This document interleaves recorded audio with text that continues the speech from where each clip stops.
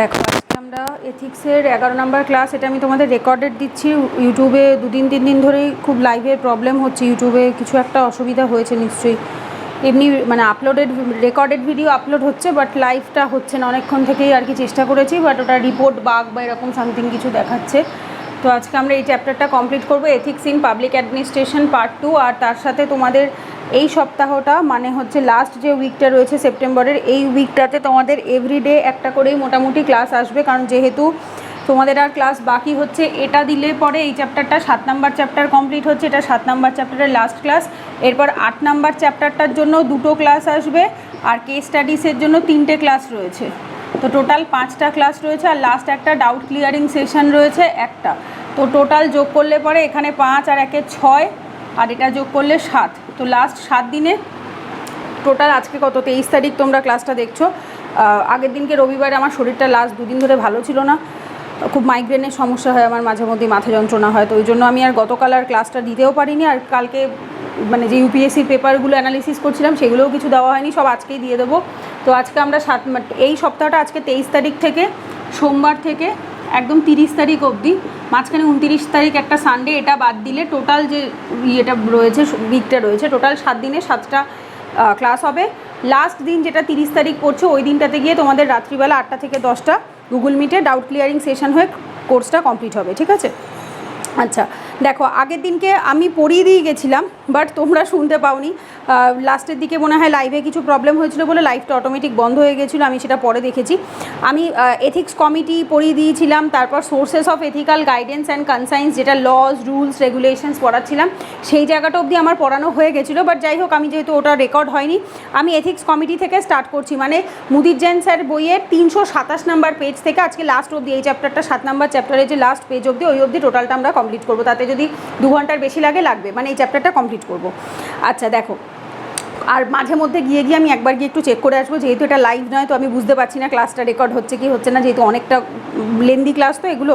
তো সেহেতু আমি একবার করে লাস্টে যাব, গিয়ে একবার চেক করে চলে আসবো। আচ্ছা দেখো, 1 নাম্বার কমিটি, ফার্স্ট কমিটি কী বলছে, এনএন বোহরা কমিটি। এগুলো কি হচ্ছে, এগুলো হচ্ছে ফ্যাক্টস অ্যান্ড ডেটাস টাইপের, যেটা তোমাদেরকে মুখস্থ করতে হবে, ঠিক আছে?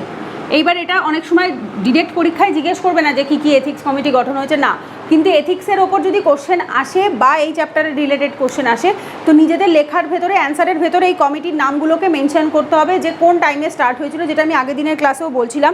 এটা কবে, 9 জুলাই 1993-তে 1993 সালে এই এথিক্স কমিটিটা গঠন করা হয়। কিসের জন্য? Politicians and general perceptions of the criminalisation of politics, যেটা আগের দিন আমি বলছিলাম যে এই টাইমটাতে তোমার সিপি অ্যান্ড পিসি এত পরিমাণ বেড়ে গেছিলো, criminalisation of politics and politicisation of criminals.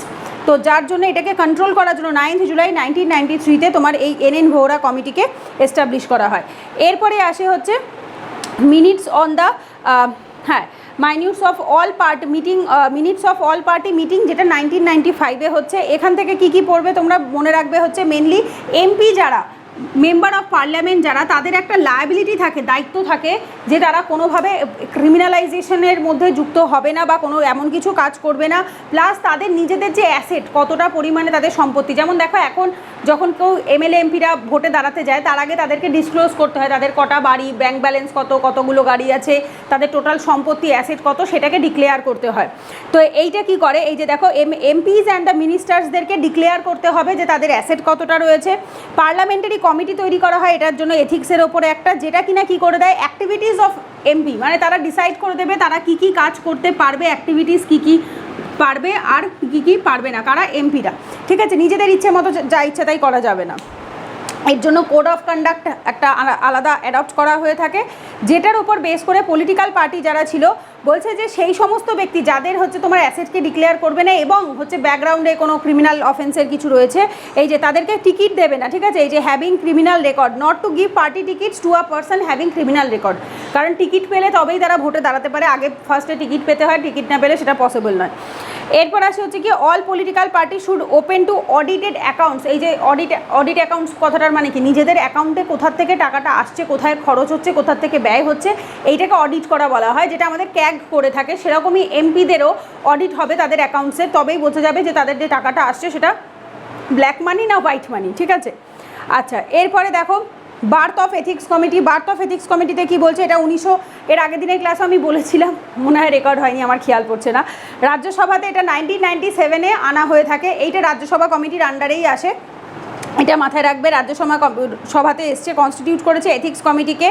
আর এখান থেকে মনে রাখতে পারো যেরকম এখানে টোটাল 10 জন মেম্বার থাকে, এটা যদিও আমাদের ইয়েতে পলিটিতে জিএস পেপার 2-তে পড়তেই হয়, তাও একবার দেখো।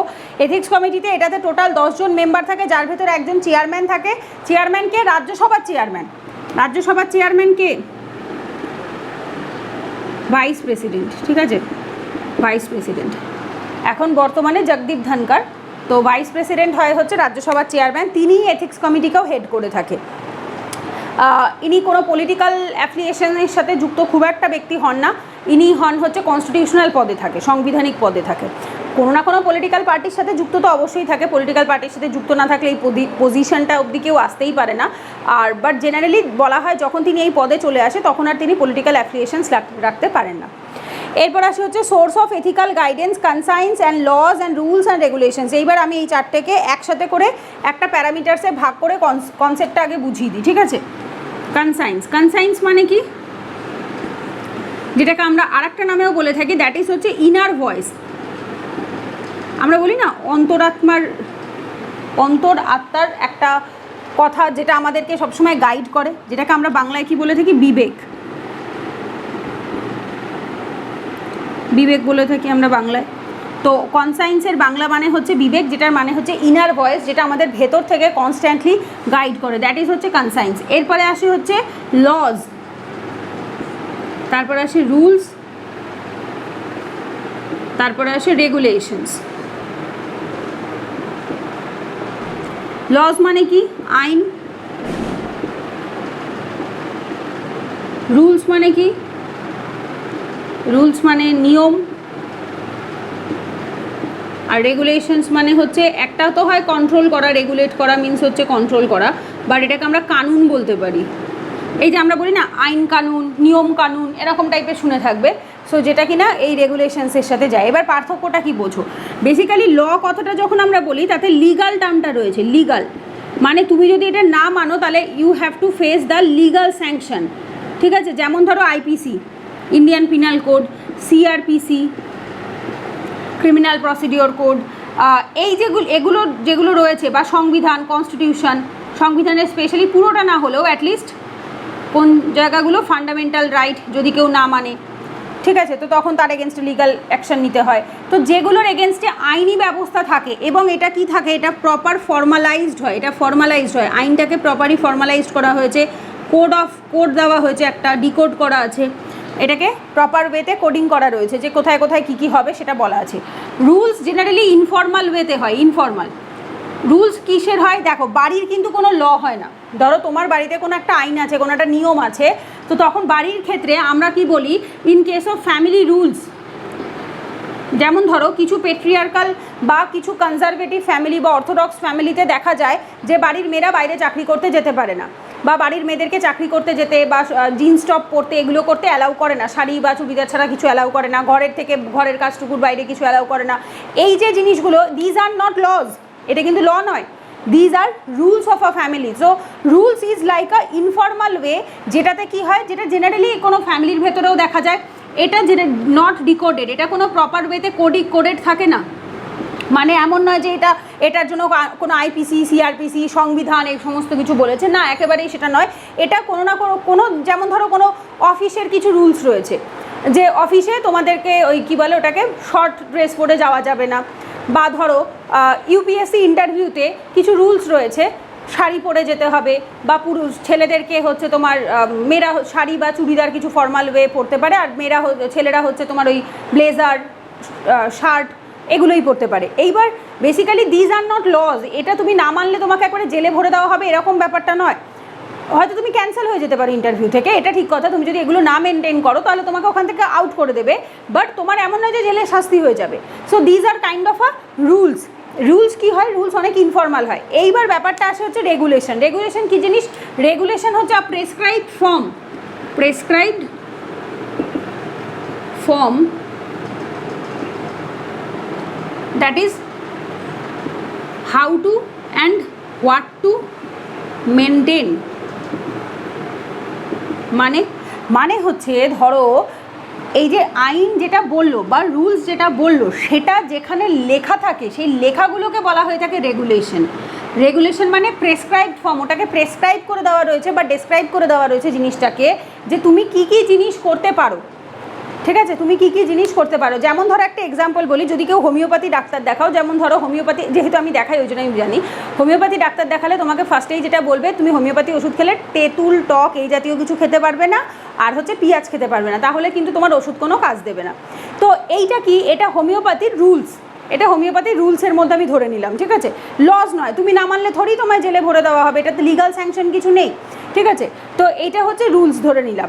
এইবার ধরো এইটার জন্য ম্যাডাম তোমাকে বা যে ডাক্তার তুমি দেখাচ্ছ সেই ডাক্তার তোমাকে কি করলো, কিছু প্রেসক্রিপশানে কিছু ওষুধ লিখে দিল, যে এটাও তুমি মানবে, অ্যাট দ্য সেম টাইম তুমি এই প্রেসক্রিপশানে যে যে খাবার লিখে দিচ্ছে এটা খাবে, এই ওষুধগুলো খাবে, these are kind of regulations, যেটা কিনা প্রেসক্রাইব করা থাকে যে কিভাবে হবে, বোঝা গেছে। সো আইন হচ্ছে যেটা না মানলে পরে তোমার শাস্তি হতে পারে, এবং আইনকে ইলাবোরেট করার জন্য বা রুলসকে ইলাবোরেট করার জন্য যেখানে প্রপার ওয়েতে লেখা থাকে জিনিসগুলো, সেটাকে রেগুলেশনস বলা হয়, যেটা প্রেসক্রাইব করা থাকে হাউ টু, কীভাবে, অ্যান্ড হোয়াট টু, কী কী মেনটেন করতে হবে, বোঝা গেছে। এইটা হচ্ছে বেসিক চারটে জিনিস। এইবার দেখো কথাটা যেটা আসছে, টপিকটার নাম হচ্ছে source of ethical guidance.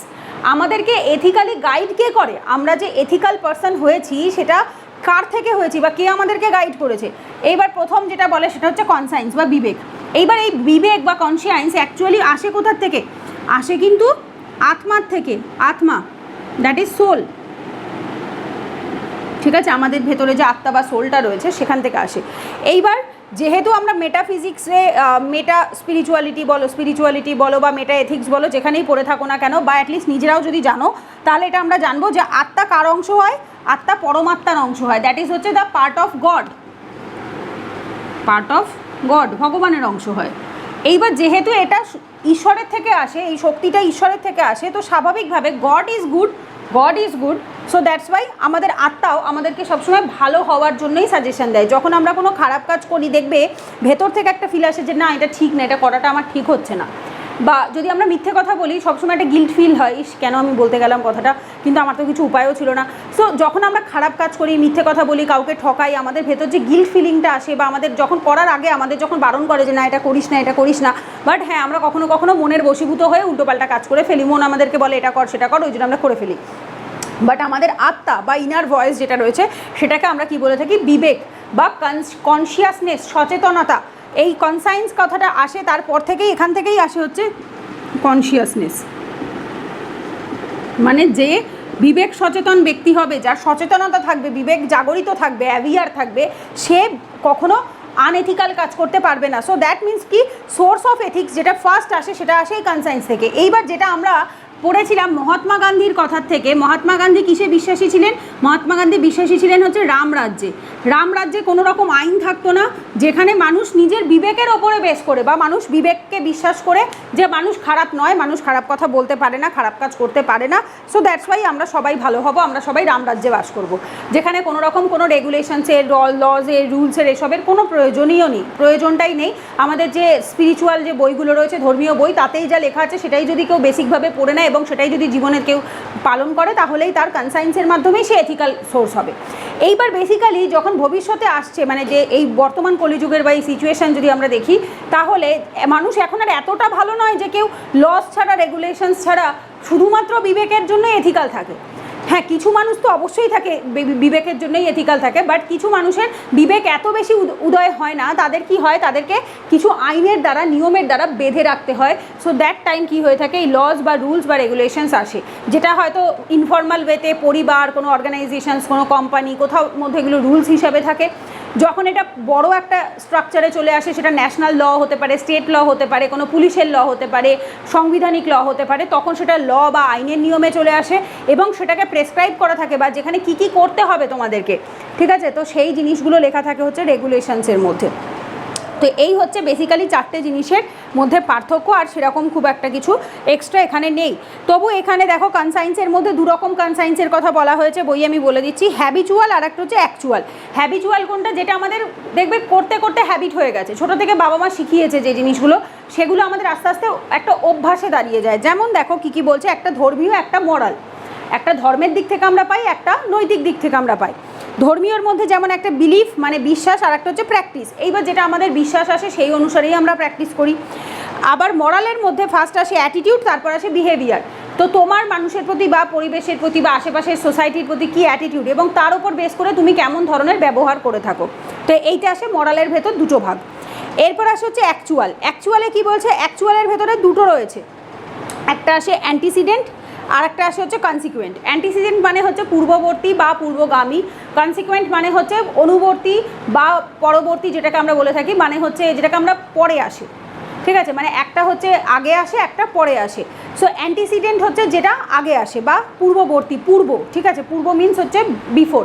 R and consequent মানে হচ্ছে যেটা ঘটনা ঘটার রেজাল্টের ওপর বেস করে আসে। কনসিকুয়েন্স কথাটার মানে কি রেজাল্ট, সো ওটা আসবে কখন, ঘটনাটা ঘটবে তারপর তো রেজাল্ট আসবে, দ্যাট মিনস ওটা পরে আসে। তো কি বলছে অ্যান্টিসিডেন্টে কি, লেজিসলেটিভ মানে ধরো আমাদের এমএলএ এমপিরা স্পেশালি তোমার লোকসভা, রাজ্যসভা, বিধানসভা, এই সমস্ত জায়গায় যে লগুলো আনে সেগুলোকে বলা হয়ে থাকে লেজিসলেটিভ অ্যাক্ট বা লেজিসলেটিভ ল, যেটাই বলো না কেন, মানে যেগুলো অ্যাক্টে পাস করানো হয়, ঠিক আছে। যেমন ধরো এই যে অনেকের ভেতরে এই কনসিয়াসনেসটা একটা টাইমে ছিল না যে অবলা জীব মারতে নেই, ঠিক আছে, তখন মানুষ ভাবতো স্বীকার করাটা একটা রয়্যাল ব্যাপার, তো স্বীকার করতেই পারি, বাট না, এটা এখন একটা ক্রিমিনাল অফেন্স। এইবার এটা আমাদের ভেতরে অটোমেটিক আসেনি। কীভাবে এসছে এই জিনিসটা, যখন 1972 সালে wild life protection act pass করানো হয়, তখন থেকে এই ব্যাপারটা আস্তে আস্তে, মানে তখন তো স্টার্ট হয়, বাট তখনও মানুষের মধ্যে অতটা বেশি পরিমাণ ছিল না। ইভেন এখনও বহু মানুষের মধ্যেই নেই, অনেক মানুষই আছে যারা লেজিসলেটিভ লকেও ভয় পায় না। এই জন্যই তো আমরা মাঝে মধ্যেই দেখি না যে পোচিং হচ্ছে, সে ইললিগাল ভাবে ট্রাফিকিং হচ্ছে, সেগুলো ধরা পড়ে, বাঘ বিক্রি করে, বাঘের চামড়া বিক্রি করে, অমুক প্রাণী মারছে, তমুক প্রাণী মারছে, এগুলো এখনও আছে। অনেক মানুষ রয়েছে যারা টোটালি আনএথিক্যাল, এবং কাজ বাজ তাদের সমস্ত কিছুই অ্যাক্টিভিটিসই আনএথিক্যাল। তাদের কথা আমরা বাদই দিলাম, এখানে তাদের কথা হচ্ছে না, এখানে বিং সিভিল সার্ভেন্টের কথা হচ্ছে। তো 1972 সালের পর থেকে এই WPA অ্যাক্টটা যখন আসে, ওয়াইল্ড লাইফ প্রোটেকশন অ্যাক্ট, তখন থেকে মানুষ বুঝতে পারে যে না, এটা করা যাবে না। সো এই যে লটা বা এই যে এথিক্যাল বিষয়টা তাদের ভেতর এসছে, সেটা কখন এসছে, যখন একটা লেজিসলেটিভ ল পাস করানো হয়েছে। So that is call the antecedent legislative actual guidance, ঠিক আছে, বা কনসাইন্স। তারপর আসে কনসিকুয়েন্ট মানে যেটাতে আমরা কোনো রেজাল্ট দেখেছি, এটা তো ঘটনা ঘটার আগে, ঠিক আছে, দিয়েছে যে তুমি এই করতে পারো আর পারো না। আর কনসিকুয়েন্টের মধ্যে আসে জুডিশিয়াল কথাটার মানে হচ্ছে সুপ্রিম কোর্ট, হাইকোর্টের কোনো রায়। ধরো কোনো ব্যক্তি অন্যায় করেছে, লাইক এইটার থেকেই আর একটা এক্সাম্পলে আসি, 1972 যখন অ্যাক্ট পাস হয়েছে তখনই মানুষের সচেতন হয়ে যাওয়া উচিত ছিল, বাট হয়নি।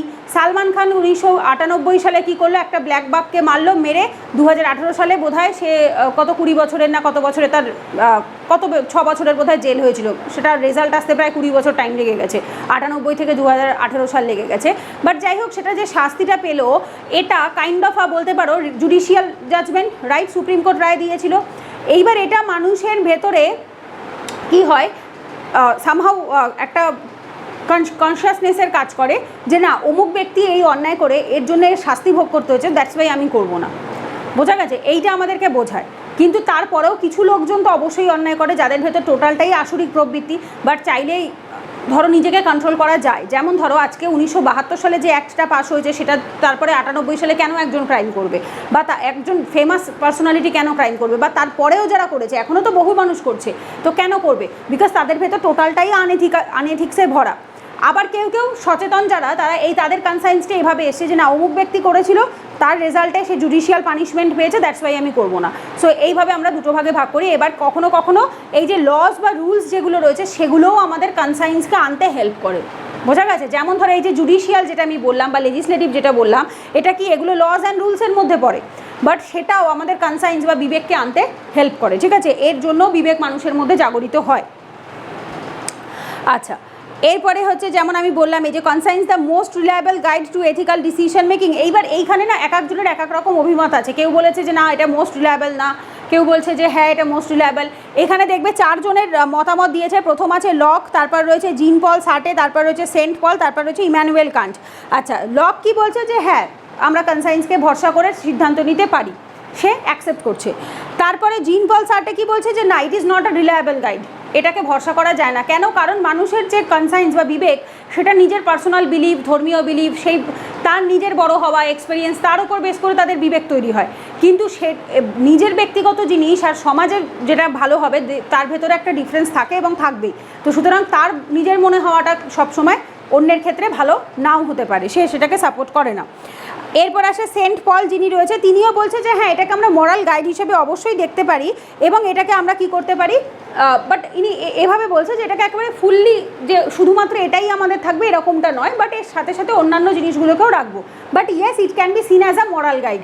আমরা বিবেককে, কনসায়েন্সকে একটা মোরাল গাইড হিসেবে আমরা দেখতে পারি যেটা মানুষের মধ্যে থাকে।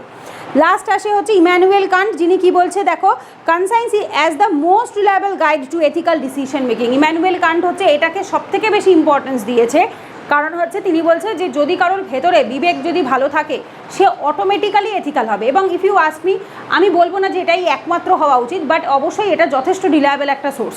আমার পার্সোনালি মনে হয় যে একমাত্র কখনোই বলা যায় না, কারণ বহু মানুষ আছে যাদেরকে আইন, লজ, রুলস এগুলো দিয়েই বেঁধে রাখা যায়, তারা এতটাও ভালো হয় না।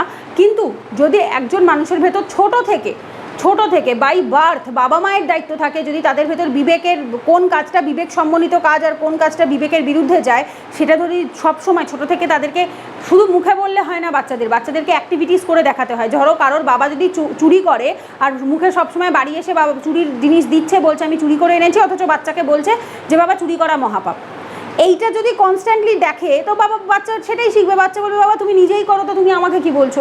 সো যখন আমরা কোনো বাচ্চাকে বলি না সকালবেলা ঘুম থেকে উঠেই প্রে টু গড, ভগবানের কাছে প্রে করতে হয়, রাত্রিবেলা ঘুমাতে যাওয়ার আগে গডের কাছে প্রে করতে হয়, দ্যাট টাইম আমাদেরও উচিত সেটা নিজেরাও করা। তো যদি আমরা সেটা করি, অটোমেটিক বাচ্চাকে মুখে বলতে হবে না, বাচ্চা অ্যাক্টিভিটিস দেখেই ইমিডিয়েট করবে, শিখে যাবে, তার ভেতর অটোমেটিক ওটা কনসায়েন্সে চলে আসবে। সো যখন আমরা কোনো কাজ করি, সেটা ভালো হোক বা মন্দ হোক, সেটা করে বাচ্চাকে দেখাতে হয়। তো কনসায়েন্স যদি ছোটো থেকে ইনহেরিট করানো হয়, বাচ্চার ভেতরে একদম ইনকালকেট করানো হয়, তাহলে conscience can be the most reliable source. But যেটা ম্যাক্সিমাম মানুষের মধ্যে থাকে না, ম্যাক্সিমাম মানুষের ভেতর তাদের ছোটো থেকে এটা শেখানো হয় না। তো দ্যাট টাইম বড় হয়ে তখন তাদেরকে লস বা রুলস বা রেগুলেশনস দিয়ে তাদেরকে কন্ট্রোল করতে হয়। বোঝা গেছে? আচ্ছা, এরপরে আসবো হচ্ছে how conscience can act as a source of ethical guidance for bureaucrat, politician and citizen as a Democratic set up. যে এদের ক্ষেত্রে কনসায়েন্স কীভাবে কাজ করে দেখো, কনসায়েন্স যদি কারোর ভেতর থাকে, সে অবভিয়াসলি করাপশন করবে না, নেপোটিজম করবে না, পার্টিসানশিপ করবে না, কারণ তার বিবেক কী বলবে, তার বিবেক এথিক্যাল থাকতে বলবে। তো সেটাই এখানে বলা আছে, reducing corruption, nepotism, profit seeking behaviour, নিজের যাতে লাভ হবে এই সমস্ত জিনিসপত্র সে অনেক কম করবে, ঠিক আছে। এবং এটা collective and individual conscience of citizen is very important. Collective কনসায়েন্সও দরকার, মানে পুরো সমাজের কি বিবেক, সমাজের বিবেক কি বলে এবং একজন ব্যক্তির বিবেক কি বলে, এইগুলো প্রত্যেকটাই ইম্পর্টেন্ট। আচ্ছা, এরপর কিছু পয়েন্টার্স করে বলেছে, যেমন দেখো রিডিউসিং পার্সোনাল ভ্যালুস। যেমন দেখো একটা জিনিস বোঝো, যখন আমরা কালেকটিভ বা সোসাইটির কোনটাতে ভালো হবে এটা যখন আমরা বুঝতে শিখবো, বা আমাদের বিবেক যখন সেটা আমাদেরকে বোঝাবে, তখন আমাদের নিজেদের ব্যক্তিগত ভ্যালুস, নিজেদের ইচ্ছে, এগুলো অনেকটা পরিমাণে কমে যাবে, এটাই স্বাভাবিক। তখন আমরা নিজেদের স্বার্থটাকে দেখবো না। এবার এখন যদি এরকম হয় যে কারণ নিজের ব্যক্তিগত ভ্যালুস এবং সোসাইটির ভালো দুটোই সেম, দ্যাট ইজ ঠিক আছে। বাট যখন আমরা এরকম হয় যে আমার নিজের স্বার্থ একদিকে এবং সোসাইটির স্বার্থ আরেকদিকে, তখন কি হবে, আমরা যদি কনসায়েন্সের কথা শুনি, অবশ্যই নিজেদের ব্যক্তিগত ভ্যালুসটা কমে যাবে। সরি, এটা রিডিউস বললাম না আমি, রিফ্লেক্ট হবে।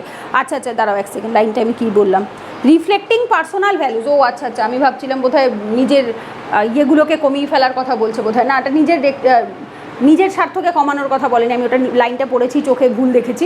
রিফ্লেক্ট করে মানে হচ্ছে তুমি ভালো মানুষ কিনা, তোমার ব্যক্তিগত ভ্যালুস, তোমার পার্সোনাল ভ্যালুস, যেটা তোমাকে ছোটো থেকে বাবা মা শিখিয়েছে যে মূল্যবোধগুলো, সেগুলো তোমার কাজের মাধ্যমে, ব্যবহারের মাধ্যমে, কথার মাধ্যমে সেটা ফুটে ওঠে, মানুষের সামনে রিফ্লেক্ট হয়, ঠিক আছে। তো সেটাই বলতে চেয়েছি, আমি ওটাকে রিডিউস করেছি বলে আমার মানেটা অন্য দাঁড়িয়ে গেছে।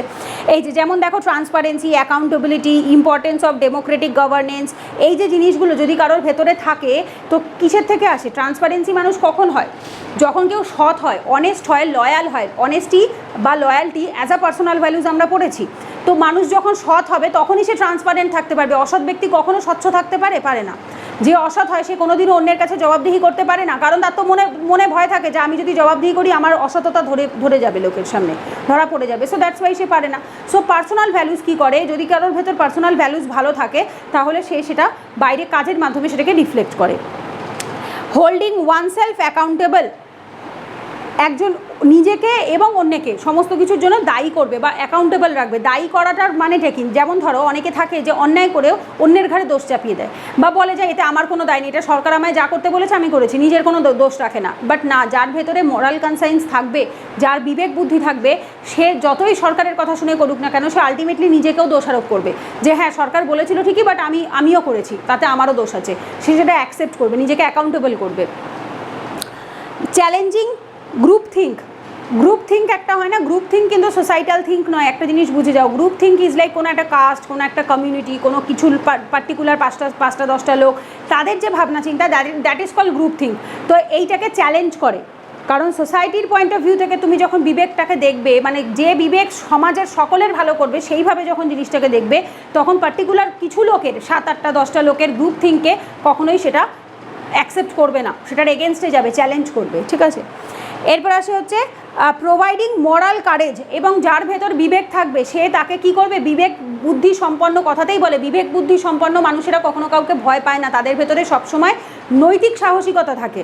কারণ যে নীতির পথে চলে, যে সৎ পথে চলে, তার ভেতর সবসময় একটা সাহসিকতা থাকবে। এটা ঔদ্ধত্য নয়, এটা অতিরিক্ত দুঃসাহসিকতাও নয়, এটা সাহসিকতা। যখন যেখানে যতটুকু প্রয়োজন হবে সেখানে, এবং কারেজ কথাটি কিন্তু অত্যন্ত পজিটিভ একটি কথা, যে সিচুয়েশন ওয়াইজ সেটাকে দেখাতে হয়। এমন নয় যে সে অল দ্য টাইম একেবারে কারেজিয়াস থাকবে, না, সেটা দুঃসাহস, ঠিক আছে, সেটা দুঃসাহস, that is different. But say situation wise নিজের কারেজটাকে রাখবে, এবং এটা আলটিমেটলি বিবেক থাকলে মানুষের ভেতরে এই সাহসটাও, নৈতিক সাহসও আস্তে আস্তে কী হয়, বেশি বাড়তে থাকে, ঠিক আছে। আচ্ছা, এরপরে আসে লজ অ্যান্ড রুলস। আমি বুঝিয়ে দিয়েছি, তবু আরেকবার বইয়ে যেভাবে আছে আমি পড়িয়ে দিচ্ছি। এক মিনিট, একটুখানি আমি চেক করে নিই।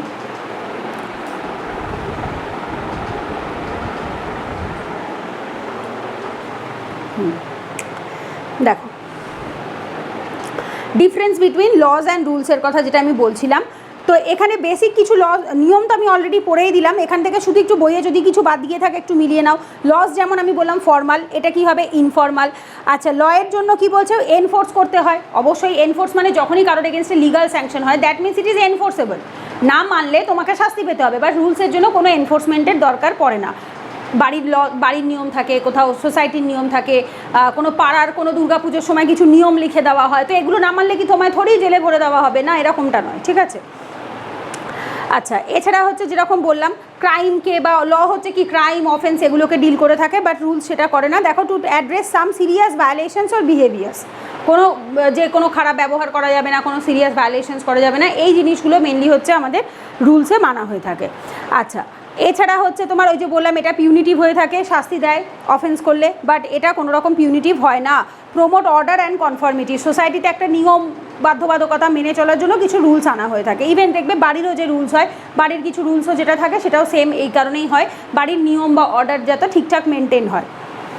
আচ্ছা, এছাড়া হচ্ছে এটার জন্য জুরিসডিকশনের প্রয়োজন হয়, to all individual group within a jurisdiction, এটা সকলের ক্ষেত্রে অ্যাপ্লিকেবল, বাট রুলস সকলের ক্ষেত্রে অ্যাপ্লিকেবল নয়। এটা কার ক্ষেত্রে অ্যাপ্লিকেবল হবে, ধরো ফ্যামিলি রুলস ফ্যামিলির মানুষের ক্ষেত্রেই অ্যাপ্লিকেবল হবে, পাড়ার কাকিমার ক্ষেত্রে অ্যাপ্লিকেবল হবে না। অফিসের রুলস অফিসের কলিগদের ওপরেই অ্যাপ্লিকেবল হবে, বাকি বাইরের কারোর ওপরে এমপ্লয়িদের ওপরেই অ্যাপ্লিকেবল হবে, বাইরের লোকের ওপর হবে না। সো স্পেসিফিক কিছু জায়গায় অর্গানাইজেশনে, ফ্যামিলিতে এভাবেই অ্যাপ্লাই হয়। আচ্ছা, এছাড়া হচ্ছে এটা হায়ার জুডিশিয়ারির প্রয়োজন হয়, বাট এখানে কোনো সবের প্রয়োজন নেই, এটার প্রসেসটা অনেক বেশি হাই হয়, ঠিক আছে, এটা স্বাভাবিক, তুমি আইনের মাধ্যমে যাচ্ছ। Can be challenged or overturn through the legal means, এটাকে তুমি চ্যালেঞ্জ করতে পারো, অনেকে সুপ্রিম কোর্টে চ্যালেঞ্জ করে না, যেমন হচ্ছে Kesavananda Bharati case, right to প্রপার্টিকে চ্যালেঞ্জ করেছিল।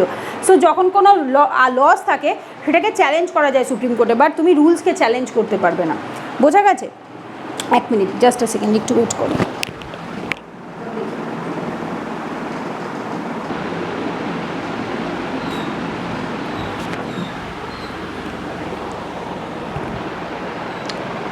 আচ্ছা, তো লজ অ্যান্ড রুলসের মধ্যে পার্থক্য আমরা দেখে নিয়েছি। এরপরে আসছে হচ্ছে রেগুলেশনসের যেটা আমি বলছিলাম, এই রেগুলেশনসের বাংলা মানে অনেকগুলো হয়, যেমন একটা বললাম কানুন, আইন কানুন, নিয়ম কানুনের মধ্যে আসে প্রতিবিধান, আসে তারপর আসে নিয়ন্ত্রণ বা কন্ট্রোল করা, যেটাই বলো না কেন। এবার অনেক মানে আছে, বাট এটা কি, এটা হচ্ছে স্পেসিফিক কিছু গাইডলাইন প্রেসক্রাইব করা থাকে। দেখো বলাই রয়েছে specific rules or guidelines issued by a government or agency to provide detail guidance on how to implement a law, লটাকে কিভাবে ইমপ্লিমেন্ট করতে হবে সেইটার জন্য যে প্রপার গাইডলাইন্সটা থাকে, ইলাবোরেট করা থাকে, প্রেসক্রাইব করা থাকে, দ্যাট ইজ কল দি হচ্ছে রেগুলেশনস।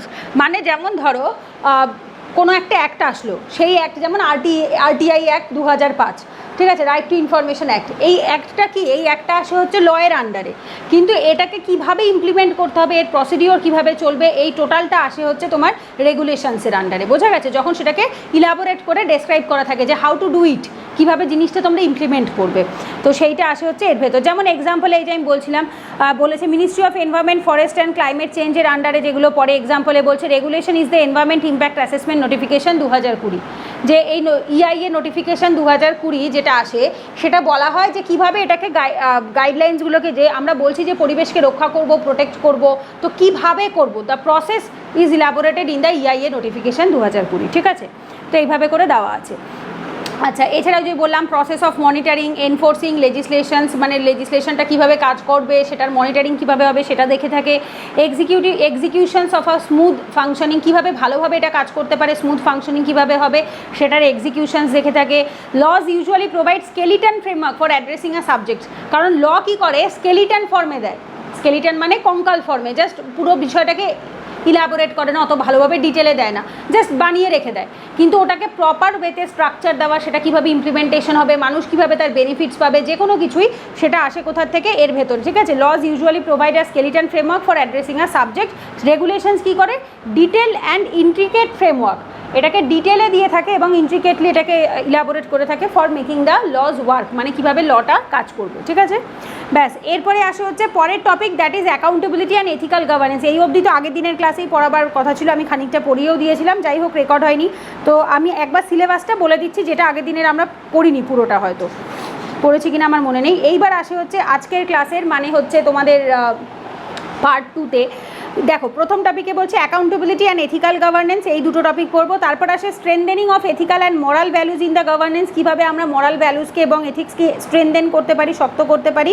তারপর আসে ethical issues in international relation and funding, কী কী প্রবলেম ফেস করতে হয় ফান্ডিং এবং ইন্টারন্যাশনাল রিলেশনের ক্ষেত্রে। লাস্টে আসে কর্পোরেট গভর্নেন্স, কর্পোরেট সেক্টর, যারা প্রাইভেট সেক্টরে কাজ করে, বাইরে যেগুলো রয়েছে, যেমন ধরো Tata, Wipro, Infosys, these are call the example of হচ্ছে তোমার প্রাইভেট সেক্টর বা কর্পোরেট গভর্নেন্স, বা রিলায়েন্স জিও, এই ধরনের এক্সাম্পলগুলো। এখানে কিভাবে এথিক্সকে মেনটেন করা হয় প্রত্যেকটা কর্পোরেট গভর্নেন্সের অফিসে, সেগুলোও আমাদের এখানে পড়তে হবে।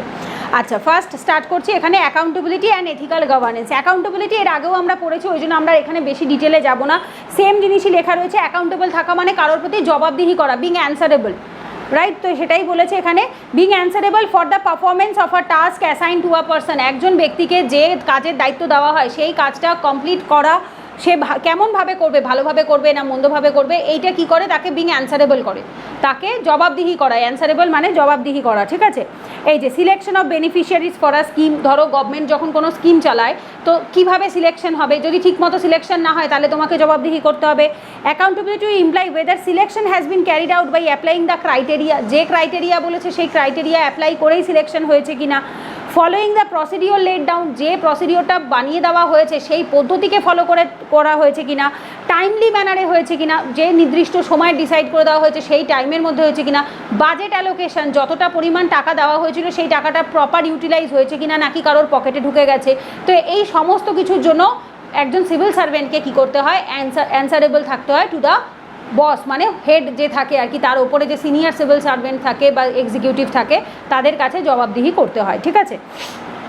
এর জন্য স্পেসিফিক কিছু সময়, specific budget, specific time period, specific কাজের দায়িত্ব, এইগুলো সমস্তটাকে মিলিয়েই তাকে কি করতে হয়, অ্যান্সারেবল থাকতে হয়। তো সেটাই এখানে লেখা আছে। আর সেরকম নিচের যে পয়েন্টগুলো রয়েছে ওগুলো খুব একটা কিছু নেই, মানে অলমোস্ট সেমই। Then arises the question of answerability to hmm, কার কাছে অ্যান্সারেবল থাকবে, in all government agency, civility specific, এরকমভাবে লেখা আছে। তো বেসিক্যালি কার কাছে অ্যান্সারেবল থাকে, এটা সকলের কাছে অ্যান্সারেবল থাকে, ভালো করে বুঝে নাও। কারণ হচ্ছে আমরা ডিরেক্টলি হয়তো সরকারের এক্সিকিউটিভ যারা রয়েছে আমাদের হেড বা হচ্ছে গভর্নমেন্ট, তাদের কাছে থাকি, বাট অ্যাকচুয়ালি গভর্নমেন্ট কার কাছে অ্যান্সারেবল, গভর্নমেন্ট কিন্তু পাবলিকের কাছে অ্যান্সারেবল, সরকার গণতন্ত্রে মানুষের কাছে অ্যান্সারেবল হয়। So directly or indirectly IAS অফিসাররাও কার কাছে অ্যান্সারেবল হয়, সোসাইটির কাছে, সাধারণ মানুষের কাছে অ্যান্সারেবল হয়। সো তুমি যদি খারাপ কাজ করো, আলটিমেট কিন্তু তোমাকে সরকারি মানে সাধারণ মানুষই তোমাকে ওখান থেকে হাঁটাতে পারে।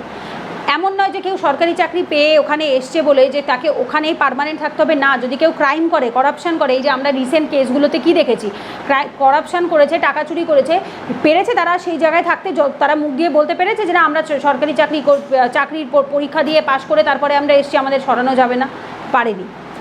মানে তুমি যত যে পদ্ধতিতেই আসো না কেন, সাধারণ মানুষ যদি তোমার উপরে ক্ষিপ্ত হয়ে যায়, যেমন এই ডাক্তারের কেসে আমরা আরজি করের কেসে দেখতে পেলাম, সাধারণ মানুষ যদি তোমাদের ওপর ক্ষিপ্ত হয়ে যায়, তো তুমি যতই চাকরির পরীক্ষা পাশ করে আসো না কেন, নিজেকে প্রমাণ করে আসো না কেন, কেউ তোমাকে ওখানে রাখতে পারবে না, কারোর সেই ক্ষমতা নেই। কারণ এটা ইন্ডিয়া, এখানে গণতন্ত্র চলে, সাধারণ মানুষের ক্ষমতা প্রচুর, যদি তারা মানে ইউনাইটেড হয় তারা চাইলে অনেক কিছু বদল করে দেখাতে পারে। এরপর দেখো কিছু ডেফিনেশন দিয়েছে, অলরেডি আমি বললাম। Require to answer with the reason, তোমাকে কারণ বলে অ্যান্সার দিতে হবে, এটা তো জানা কথা। অ্যাকাউন্টেবিলিটি মানে কি, তোমাকে কারণ বলতে হবে, তুমি কত টাকা কোথায় খরচ করেছো, কেন তোমার লেট হয়েছে, কেন তুমি টাইমের মধ্যে করতে পেরেছো, সব কিছু ইলাবোরেট করতে হবে। অব্লিগেশনস, কাউকে এইবার এতে কি হয়, তুমি কারোর প্রতি অবলাইজড হয়ে যাচ্ছ, বাধ্য হয়ে যাচ্ছ, তুমি অন্যায় করবে না। দেখবে মানুষ কখন অন্যায় করে, যখন তার কেউ কন্ট্রোল করার থাকে না, যা ইচ্ছা তাই করতে পারি, আমাকে কারোর কাছে উত্তর দিতে হবে না।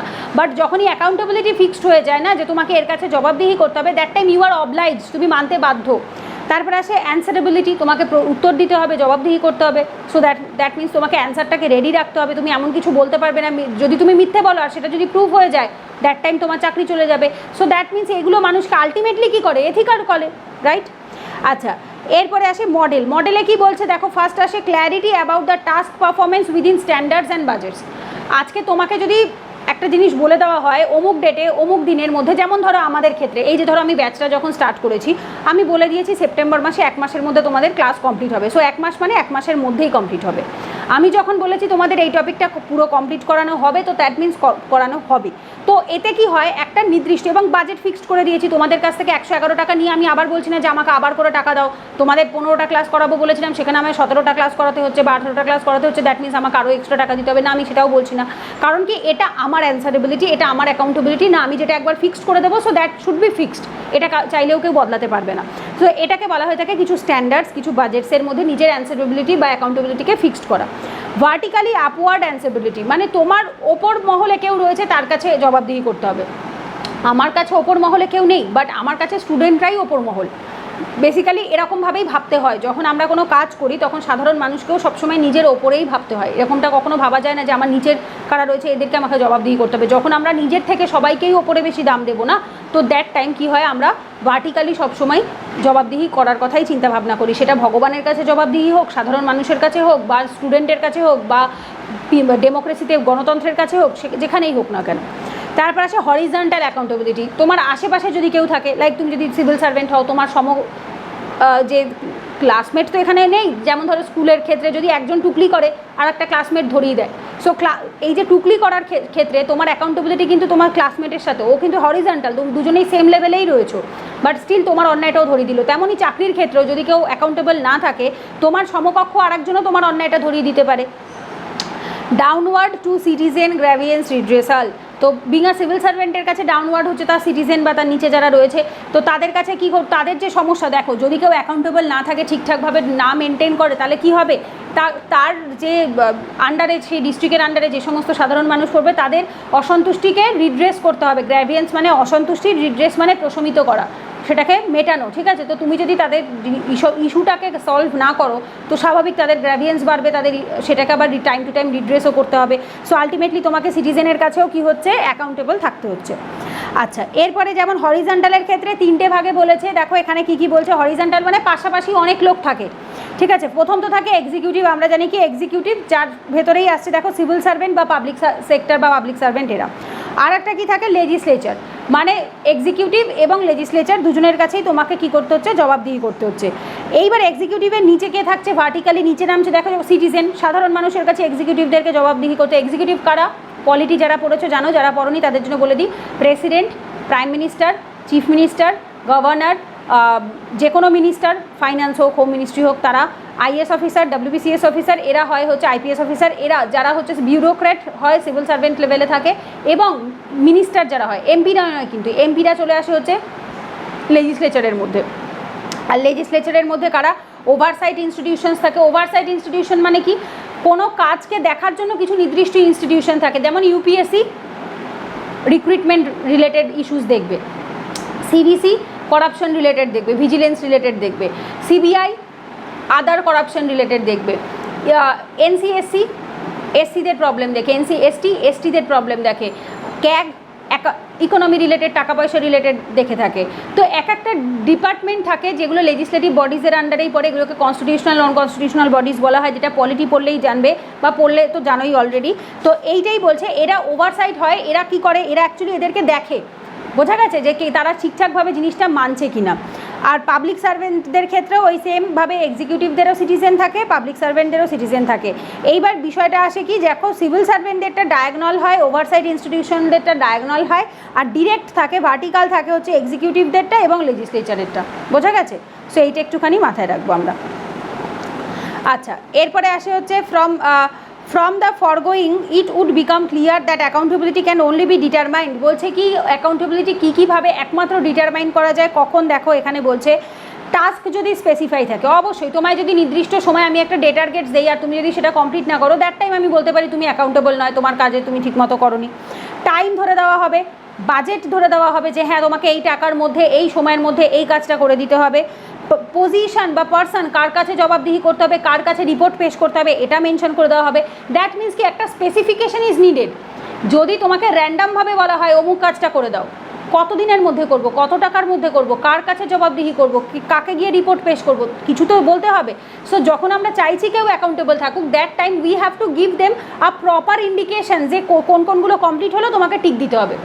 আজকে দেখবে ছোটোবেলার থেকেই বা এখনও আমরা এই যে যারা ইউপিএসসির জন্য পড়াশোনা করি, আমরা সকালবেলা উঠেই একটা টু ডু লিস্ট বানাই। ইভেন এখনও আমি ধরো আমি তোমাদের মতো মানে ফুল টাইম অ্যাসপিরেন্ট নই, আমার পড়া এভাবে চলে। যেমন এথিক্স পড়লে তারপর আমি এথিক্স ক্লাস করাই, আমি জিএস রিভিশন করি, জিএস ক্লাস করাই, এইভাবে করে আমার দুটো চলে। কিন্তু আলটিমেটলি আমাকে সেটাও টু ডু লিস্ট বানাতে হয়। সকালে উঠে আমি বা রাত্রিবেলা আমি বানিয়ে রাখি যে এরকমভাবে এটা পড়বো, এটার ক্লাস আছে, এটা করব, এটার ক্লাস আছে, এটা আছে, এটার ভিডিও শ্যুট আছে, এটার পড়ানো আছে, এইভাবে করে পরপর টু ডু লিস্ট থাকে। যদি এটা না থাকতো দ্যাট টাইম আমি কার কাছে অ্যাকাউন্টেবল থাকতাম? আমার কাছে কেউ জবাবদিহি করে না, যে মাও জিজ্ঞেস করে না, কেউ জিজ্ঞেস করে না, বাট আমাকে তো আমার নিজের কাছে অ্যাকাউন্টেবল থাকতে হবে রে বাবা। যে নিজের কাজের জন্য নিজের কাছে অ্যাকাউন্টেবল থাকে, যে আমি যদি ভুল করি আমি নিজেকে নিজে গিল্ট ফিল করব, সেই কনসাইন্স যার ভেতর বেশি থাকবে, যে কনসাইন্স যার ভেতর বেশি থাকবে তার অ্যাকাউন্টেবিলিটি বাইরের লোকের কাছে ফিক্সড করতে হয় না, নিজের কাছে সে ফিক্সড করে, ঠিক আছে, নিজের কাছে ফিক্সড করে। এরপর আসে হচ্ছে সোশ্যাল অ্যাকাউন্টেবিলিটি, যেটা ভীষণ ইম্পর্টেন্ট। আমাদের সোসাইটির কাছে আমাদের অ্যাকাউন্টেবল থাকতে হয়, সমাজের কাছে অ্যাকাউন্টেবল থাকতে হয়, যার জন্য মানুষ ক্রাইম কম করে বা ক্রাইম কেন করে না। ধরো সবাই তো চাইলে ক্রাইম করতো, সবাই অপরাধী হতে পারতো, বাট কেন করে না? যে বিবেকবান পুরুষ হবে, যার ভেতর নিজের বিবেক থাকবে, কনসাইন্স থাকবে, তো সে কি করবে, সে কখনো সোশ্যাল অ্যাকাউন্টেবিলিটিকে নষ্ট হতে দেবে না। সে জানবে যে আমি যদি খারাপ কিছু করি আমাকে সমাজের লোক খারাপ চোখে দেখবে, সমাজের চোখের সামনে আমি ছোট হয়ে যাব, সেখানে আমাকে জবাবদিহি করতে হবে। So that means social accountability is also very important. কী বলছে, step forward public stakeholder in the administration. এটা কী করে, এক ধাপ মানুষ স্টেক হোল্ডারদেরকে আরও এক ধাপ এগিয়ে নিয়ে দেয়। এবার এদেরকে স্টেক হোল্ডার কেন বলে? স্টেক মানে হচ্ছে কোনো কিছুর দায় বা কোনো কিছু শেয়ারকে হোল্ড করা বলা হয় স্টেক, ঠিক আছে। হোল্ডার মানে হচ্ছে যে হোল্ড করে রাখে, যে গ্রহণ করে রাখে, ধরে রাখে। তো দ্যাট মিনস তুমি যখন কোনো কিছুর দায় নিচ্ছ, that time you are also a part of stakeholder, ঠিক আছে। আচ্ছা, এটাকে ওয়ার্ল্ড ব্যাংক একটা ডেফিনেশন দিয়েছে, কি বলছে, an approach towards accountability that realise on the civic engagement, সাধারণ মানুষকে সেখানে এঙ্গেজ করে, that is which citizen or civil society participate directly or indirectly in extracting accountability. যেখানে সিভিল সোসাইটি মানে সাধারণ মানুষ, সিটিজেনকেই সিভিল সোসাইটি বলা হয়, তারা নিজেরা পার্টিসিপেট করবে, ডিরেক্টলি হোক বা ইনডিরেক্টলি হোক, কীভাবে অ্যাকাউন্টেবিলিটিকে ফিক্সড করার জন্য, অ্যাকাউন্টেবিলিটিকে আদায় করে নেওয়ার জন্য, ঠিক আছে। এটা কে দিয়েছে? ওয়ার্ল্ড ব্যাংকই এই ডেফিনেশনটা দিয়েছে। এখানে রাইটস এবং রেসপন্সিবিলিটি দুটোই আসে। রাইটস মানে অধিকার, রেসপন্সিবিলিটি মানে দায়িত্ব। কারণ তুমি যদি জানো শুধুমাত্র তোমার দায়িত্ব কোনটা তাহলেও হবে না, তুমি যদি জানো তোমার অধিকার কোনটা তাহলেও হবে না। তোমার অধিকার এবং দায়িত্ব দুটোকেই সাইড বাই সাইড দিয়ে চলতে হবে এবং দুটোই জানতে হবে। আচ্ছা, এছাড়া হচ্ছে যেমন এখানে কি করে দেখো, সিটিজেনদেরকে মনিটর করার জন্য পারফরমেন্সটা ঠিকঠাক হচ্ছে কিনা সেগুলোর জন্য ইনভলভ করা হয়। Involve citizen in monitoring performance and এনহান্সের সার্ভিস কোয়ালিটি, যাতে সার্ভিসের কোয়ালিটি আরও এনহান্স করা যায়, ট্রান্সপারেন্সি, গভর্নমেন্টের ফেলিওর যাতে ধরা যায়, এই সমস্ত ক্ষেত্রে কি হয়ে থাকে, অ্যাড করা হয়। যেটা আমরা পরের চ্যাপ্টারে 8 নাম্বার চ্যাপ্টারে আমরা একটা টপিক আছে পড়বো, সেখানে সিটিজেন্স চার্টার বলে, বা জিএস পেপার 2তেও সিটিজেন্স চার্টার থাকে। তো সেখান থেকেও দেখবো যে এই জিনিসটা কিসের মধ্যে আসে, হচ্ছে তোমার কে কীভাবে জিনিসটাকে মেনটেন করছে তার মধ্যে। আচ্ছা, এরপরে আসে হচ্ছে তোমার এটার জন্য একটা feedback mechanism, grievance redress mechanism, survey, তারপরে হচ্ছে এই যেখানে দেওয়াই রয়েছে সার্ভে টু গ্যাদার ফিডব্যাক, এইগুলো হচ্ছে কন্ডাক্ট করানো হয়, সাধারণ মানুষের থেকে সার্ভে করা হয় এবং তাদের যে কি মতামত রয়েছে সেই সরকার সম্পর্কে, সেই ডিএম অফিসার সম্পর্কে। তো এইভাবে করে জিজ্ঞেস করে করে তাদের থেকে ডেটা কালেক্ট করা হয়। এবার এইভাবে করে অ্যাকচুয়ালি কী হয়ে থাকে, তাদেরকে ইনভলভ করা হয়। এবং যখন তোমরা আইএস অফিসার হবে বা আইপিএস অফিসার হবে, এই সেম কাইন্ড অফ জিনিস তোমরা সার্ভে কন্ডাক্ট করাবার মাধ্যমে তোমরা নিজেরাও করাতে পারো, যে তোমরা নিজেরা অ্যাকাউন্টেবল কিনা সেটা তোমরা সাধারণ মানুষের থেকে। ইভেন ফিডব্যাক নেওয়া হয় কিসের জন্য, এই কারণে, যেমন তোমাদের এই ব্যাচ যখন স্টার্ট হয়েছিল প্রথম দিনের ক্লাস করাবার পর আমি জিজ্ঞেস করেছিলাম যে কাল ক্লাস করে কেমন লাগলো, যদি কোনো ফিডব্যাক থাকে, কোনো ডাউট থাকে জানাও। লাইভ ক্লাসে যেমন জিজ্ঞেস করি, ডাউট ক্লিয়ারিংয়ে জিজ্ঞেস করি, তোমাদের কোনো মতামত থাকলে জানাও, কোনো প্রশ্ন থাকলে জানাও। কেন? কারণ যখন তুমি একটা কোনো কাজ করছো, এই যে রুলসটা, এই যেটা আমি বললাম, এটা সমস্ত কাজে অ্যাপ্লিকেবল হবে। এমন নয় যে আমি আইএস অফিসার হয়ে গেছি বলে আমার দায়বদ্ধতা একেবারে সব ভ্যানিশ হয়ে গেছে, আমি বিশাল কিছু একটা হয়ে গেছি, এরকমটা নয়। আলটিমেটলি দিনের শেষে you are a public servant, you are a government servant. তুমি সরকারের চাকর, সাধারণ মানুষের চাকর, তুমি তাদের সেবা করার জন্য সেখানে রয়েছে। এই মানসিকতাটা থাকাটা ইজ ভেরি ইম্পর্টেন্ট। না হলে কোনোদিন আমাদের সেবার মানসিকতা যদি না থাকে, তাহলে কোনোদিনও আমরা কখনো কাজ করতে পারবো না। তখন আমরা নিজেদেরকে অহংকার ঔদ্ধত্যের মধ্যে একেবারে জড়িয়ে ফেলবো এবং মনে হবে যে না, আমরাই চাকরি পাশ করে ফেলেছি, তো দ্যাটস ওয়াই আমরা বিশাল কিছু একটা করে ফেলেছি। ঠিক আছে, এই মানসিকতাটা রাখা কখনোই ঠিক নয়। এরপর আসে সোশ্যাল অডিট, যেটা আমি বললাম সমাজের মানুষকে দিয়ে অডিট করাতে হবে, which is a participatory approach to monitoring and evaluating public service delivery, যেটা আমি এইমাত্র বললাম। পাবলিক সার্ভিস ডেলিভারি, সেই সার্ভিসটা ডেলিভারি হওয়ার পরে সেটা মানুষ কতটা পছন্দ করছে সেটার একটা সোশ্যাল অডিট করে দেখো। এই সেম কাজগুলো যেগুলো অ্যাকচুয়ালি এথিক্স বইয়ে লেখা থাকে, যেটা আমরা পড়ার সময় পড়ি কিন্তু পরে কাজের সময়, চাকরির সময় সেগুলো আমরা ভুলে যাই, সেই জিনিসটা যদি কেউ ঠিকঠাকভাবে মনে রেখে নিজের সার্ভিস লাইফে ঠিকঠাকভাবে ইমপ্লিমেন্ট করতে পারে, তারা সত্যিই জেনুইনলি খুব ভালো সিভিল সার্ভেন্ট হতে পারে এবং যেটার ওপর সত্যিই দেশের ভালো থাকাটা নির্ভর করে। কারণ প্রাইম মিনিস্টার তো নিজে এসে শাসন করেন না, প্রাইম মিনিস্টার প্রত্যেকটা ডিস্ট্রিক্টে একজন একজন করে সিভিল সার্ভেন্টকে অ্যাপয়েন্ট করে রেখেছে। সো তারা যদি ভালো হয় তাহলে ডেফিনেটলি সেই ইস্যুসগুলো আস্তে আস্তে রিজলভ হয়। এরপর আসে গভর্নেন্স, প্রথম টপিক গেল অ্যাকাউন্টেবিলিটি, সেকেন্ডে আসছে হচ্ছে গভর্নেন্স। গভর্নেন্স কী বলছে? গভর্নেন্স কথাটার মানে আসে হচ্ছে কোথার থেকে? গভর্নমেন্টের থেকে। গভর্নমেন্ট মানে সরকার, আর গভর্নেন্স মানে হচ্ছে শাসন। ঠিক আছে, শাসন মানে হচ্ছে সরকার আমাদেরকে কি করে? শাসন করে রাখে। সরকার ইজ লাইক আ বাবা, রাইট? প্যাটার্নাল ডেসপোটিজম, যেটা কৌটিল্য বা চাণক্য বলে গেছিলো, সেই চন্দ্রগুপ্তের সময়কাল থেকে অশোকাও মেনটেন করেছে, দ্যাট ইজ কল্ড প্যাটার্নাল ডেসপোটিজম। মানে কি? মানে হচ্ছে বাবা চাইলে, দেখবে একটা জিনিস খেয়াল করে, আমরা যখন ছোট থাকি তখন কি বাবা আমাদেরকে শাসন করে না? মা আমাদের শাসন করে না? 100 বার করে। সো এইটাকে আমরা যদি সেভাবে দেখি যে আমরা অন্যায় করলে আমাদের সরকারও আমাদেরকে শাস্তি দিতে পারে, তো এটাকে শাসন করা বলা হয়। এই শাসন মানে কাউকে শোষণ করা নয়, কিন্তু শোষণ মানে হচ্ছে কাউকে এক্সপ্লয়েট করা। নো, ইট ইজ নট শোষণ, ইট ইজ শাসন। সো সেই জন্যই অ্যাকচুয়ালি এখানে কুশাসন এবং সুশাসনের কথা আসে। যেটা সুশাসন হয় সেটাকে আমরা গুড গভর্নেন্স বলে থাকি, যেখানে শাসনটা ভালো হবে। ঠিক আছে, দেখো কি বলছে, governance is a distinct from the government. Governance সরকারের থেকে কিভাবে আলাদা, ডিস্টিংক্ট কেন?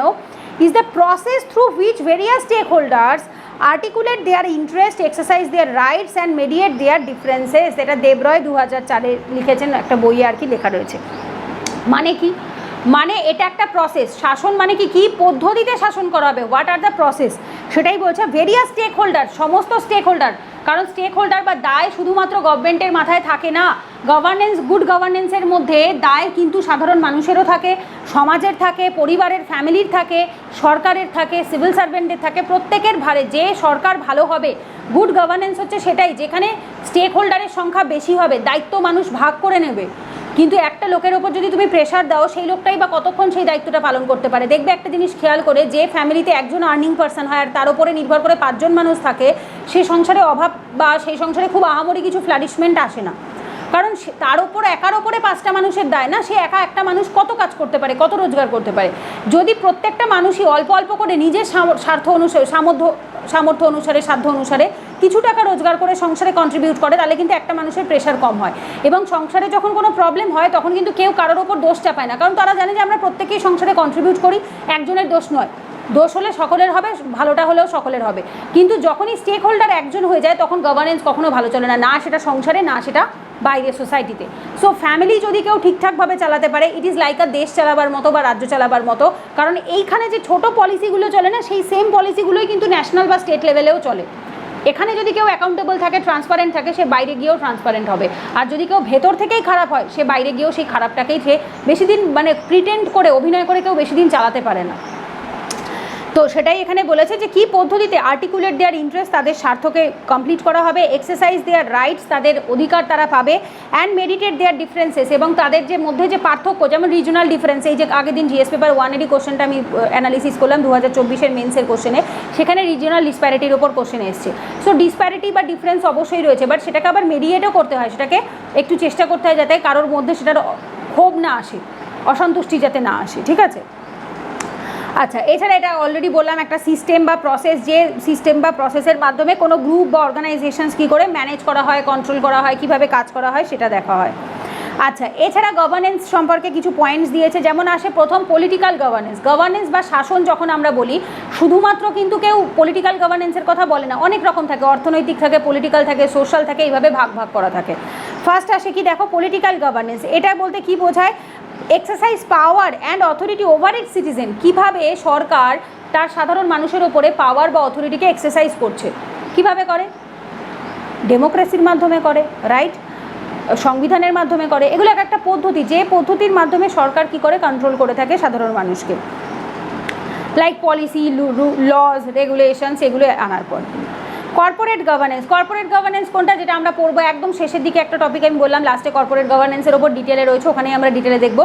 যে কোনো প্রাইভেট অফিসে যে কর্পোরেট গভর্নেন্স চলে, that is call the corporate governance, ঠিক আছে। এই যে companies managed and control including the roles and responsibility of the board of director, executive, shareholders, এদের প্রত্যেকের দায়িত্ব কী থাকে, এরা কীভাবে কাজ করে থাকে, এবং এটা কাদের ক্ষেত্রে হয়ে থাকে, কোম্পানি কীভাবে ম্যানেজ হয়।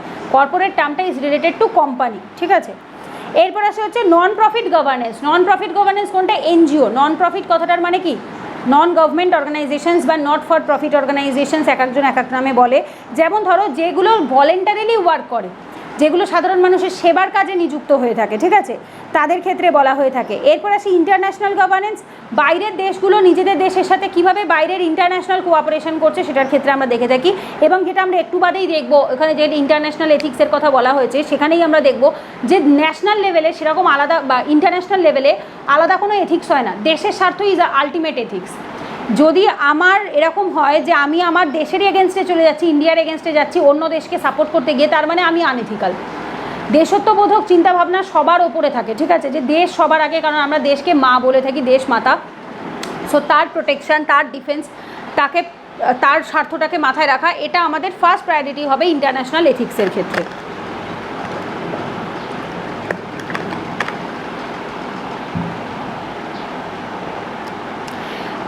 এর বাইরে কিছু টপিক থাকে ইন্টারন্যাশনাল এথিক্সে, যেটা শুধুমাত্র একজন দেশের ক্ষেত্রে নয়, বাকি সকলের ক্ষেত্রে। যেমন এই যে ইভিএসের, তোমরা না পড়লেও জুনের যে ব্যাচটা, ওদের ইভিএস জাস্ট কদিন আগে শেষ হয়েছে, সেখানেই পড়াচ্ছিলাম যে যদি আজকে ক্লাইমেট চেঞ্জের জন্য দেশের বা ওয়ার্ল্ডের কোনো ক্ষতি হয়, যেমন গ্লোবাল ওয়ার্মিং হচ্ছে, বিশ্ব উষ্ণায়ন হচ্ছে, তো তার ইম্প্যাক্ট কি শুধু ইন্ডিয়াতে পড়বে? না, হলে তো সবার ওপরে ইম্প্যাক্ট পড়বে। এটারই একটা স্টোরি একদিন আমি ক্লাসে বুঝিয়েছিলাম, মশারিতে মশা ঢোকা দিয়ে। সো মশারিতে যদি মশা ঢোকে, সো সেই মশা কি শুধুমাত্র এটা ভাববে যে আমাকে যে মশাটা ঢুকিয়েছে, যে মানে বেরোতে গিয়ে মশারির থেকে বা ঢুকতে গিয়ে মশাটাকে ঢুকিয়েছে, আমি শুধু তাকেই কামড়াবো, বাকিদের কামড়াবো না? না, সো অ্যাফেক্টেড তখন সবাই হবে। সো ইভেন এটা সোসাইটির ক্ষেত্রেও তাই হয়। যদি কেউ একজন ক্রাইম করে, সে যদি ভাবে যে আমার সাথে তো হয়নি, বাট আজ হয়নি, কালকে তোমার সাথেও তো হতে পারে। সো ক্রাইমকে একদম প্রথম দিনই কন্ট্রোল করতে হয়। তো যখন গ্লোবাল ওয়ার্মিং হয়, ক্লাইমেট চেঞ্জ হয়, সো এটা শুধুমাত্র একটা দেশকে ইম্প্যাক্ট করে না, সেটা সমস্ত দেশকে ইম্প্যাক্ট করে। সো দ্যাটস ওয়াই সেরকম কিছু ইস্যুস থাকে, যে ইস্যুসে সমস্ত ইন্টারন্যাশনাল কোলাবোরেশন একত্রিত হয়ে, সমস্ত দেশ একত্রিত হয়ে সেখানে একসাথে মিলে জিনিসটাকে রিজলভ করতে হয়, ঠিক আছে। এরপর আসে ই governance, which is very important. E governance আজকাল খুব নিউজে থাকে, ইভেন আমাদের জিএস পেপার 2তেও আমরা পড়বো ই গভর্নেন্স, এখানে জিএস পেপার 4এও থাকে। ই গভর্নেন্স মানে ইলেকট্রনিক মোডে গভর্নেন্স আসা। যেমন এখন সব কিছুতে ডিজিটাল ইন্ডিয়া স্টার্ট হওয়ার পরে এই যে দেখো সমস্ত কিছুর অ্যাপস চলে এসছে, যে আমরা অ্যাপসের মাধ্যমে অ্যাক্সেস করতে পারি। গভর্নমেন্টের সেই কোভিডের সময় যে আমাদের কী বলে ভ্যাকসিন দেওয়া হয়েছে কিনা, আমরা সুস্থ আছি কিনা, অসুস্থ আছি কিনা, সেই কাউইন বলে একটা অ্যাপস ছিল। তো এরকমভাবে এখনও আছে, মানে বেশ কিছু অ্যাপস রয়েছে যেগুলো গভর্নমেন্ট চালায়। মাই গভ বলে একটা অ্যাপস রয়েছে, তো যেগুলোর মাধ্যমে সরকারের স্কিম, বেনিফিটস, সেগুলো সম্পর্কে আমরা জানতে পারি। আমরা অনলাইন মোডে পেমেন্ট করতে পারি, ইউপিআই, ভারত পেমেন্ট যেটা রয়েছে, ঠিক আছে। তো সেগুলোর মাধ্যমে প্রত্যেকটা জিনিস আমাদের কি করছে, ই গভর্নেন্স প্রোভাইড করে থাকে। আর স্পেশালি যবে থেকে অনলাইন মোড এসছে তবে থেকে করাপশন তুলনামূলকভাবে কমে গেছে। আগেকার দিনে অনেক প্রচুর ভুয়ো রেশন কার্ড ছিল, এখন নিজের বায়োমেট্রিক ছাড়া সেটা পসিবল নয়। বায়োমেট্রিক যদি থাকে তবেই তুমি অনলাইন মোডে রেশন কার্ড নিতে পারবে, আদারওয়াইজ তুমি পারবে না। জন্ম, মৃত্যু সব কিছু এখন বায়োমেট্রিক এর মাধ্যমে অনলাইন মোডে হচ্ছে।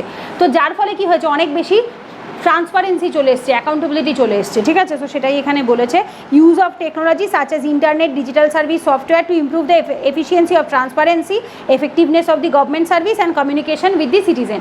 এতে কী হচ্ছে, খুব ভালো মোডে সমস্ত কিছু ঠিকঠাকভাবে চলছে। যেমন আগেকার দিনেই আমি শুনেছি আমার ঠাকুমা মারা যাওয়ার প্রায় 5 বছর অবধিও, মানে মারা যাওয়ার 5-7 বছর অবধিও তারা রেশন তুলেছে। আজ থেকে তখন কোন সাল, 1999 বা 2000 সাল, আমি এটা আমার মায়ের মুখেই শুনেছি যে মারা যাওয়ার 4-5 বছরের বাদেও ঠাকুমার রেশন কার্ড দিয়ে তুলতো। তারপর যখন সমস্ত প্রপার একটা সেট আপ বানিয়ে, কারণ তখন তো ওইরকম ব্যাপার ছিল না যে কেউ ডেথ সার্টিফিকেট, মারা গেলে ডেথ সার্টিফিকেট তুলতে হবে, তার অ্যাকাউন্ট আছে সেটা করতে হবে, মানে ব্যাপারগুলো অত বেশি টেকনোলজিক্যাল ওয়েতে ছিল না, সব ওই হাতে কলমে হতো। ডেথ সার্টিফিকেটও তখন হাতে কলমে দিত, জন্ম সার্টিফিকেটও হাতে কলমে হসপিটাল থেকে দিত, বাট এখন আর সেসব কিছু না, এখন প্রপার রেজিস্ট্রেশন হয়, ঠিক আছে। তো সেইটাই বলেছে যে এটা কি হয়েছে, গভর্নেন্স চালাতে বা দেশকে কন্ট্রোল করতে, শাসন করতে বা এফেক্টিভলি ম্যানেজ করতে, তো সমস্ত কিছু করতেই কিন্তু অনেকটা হেল্প করে।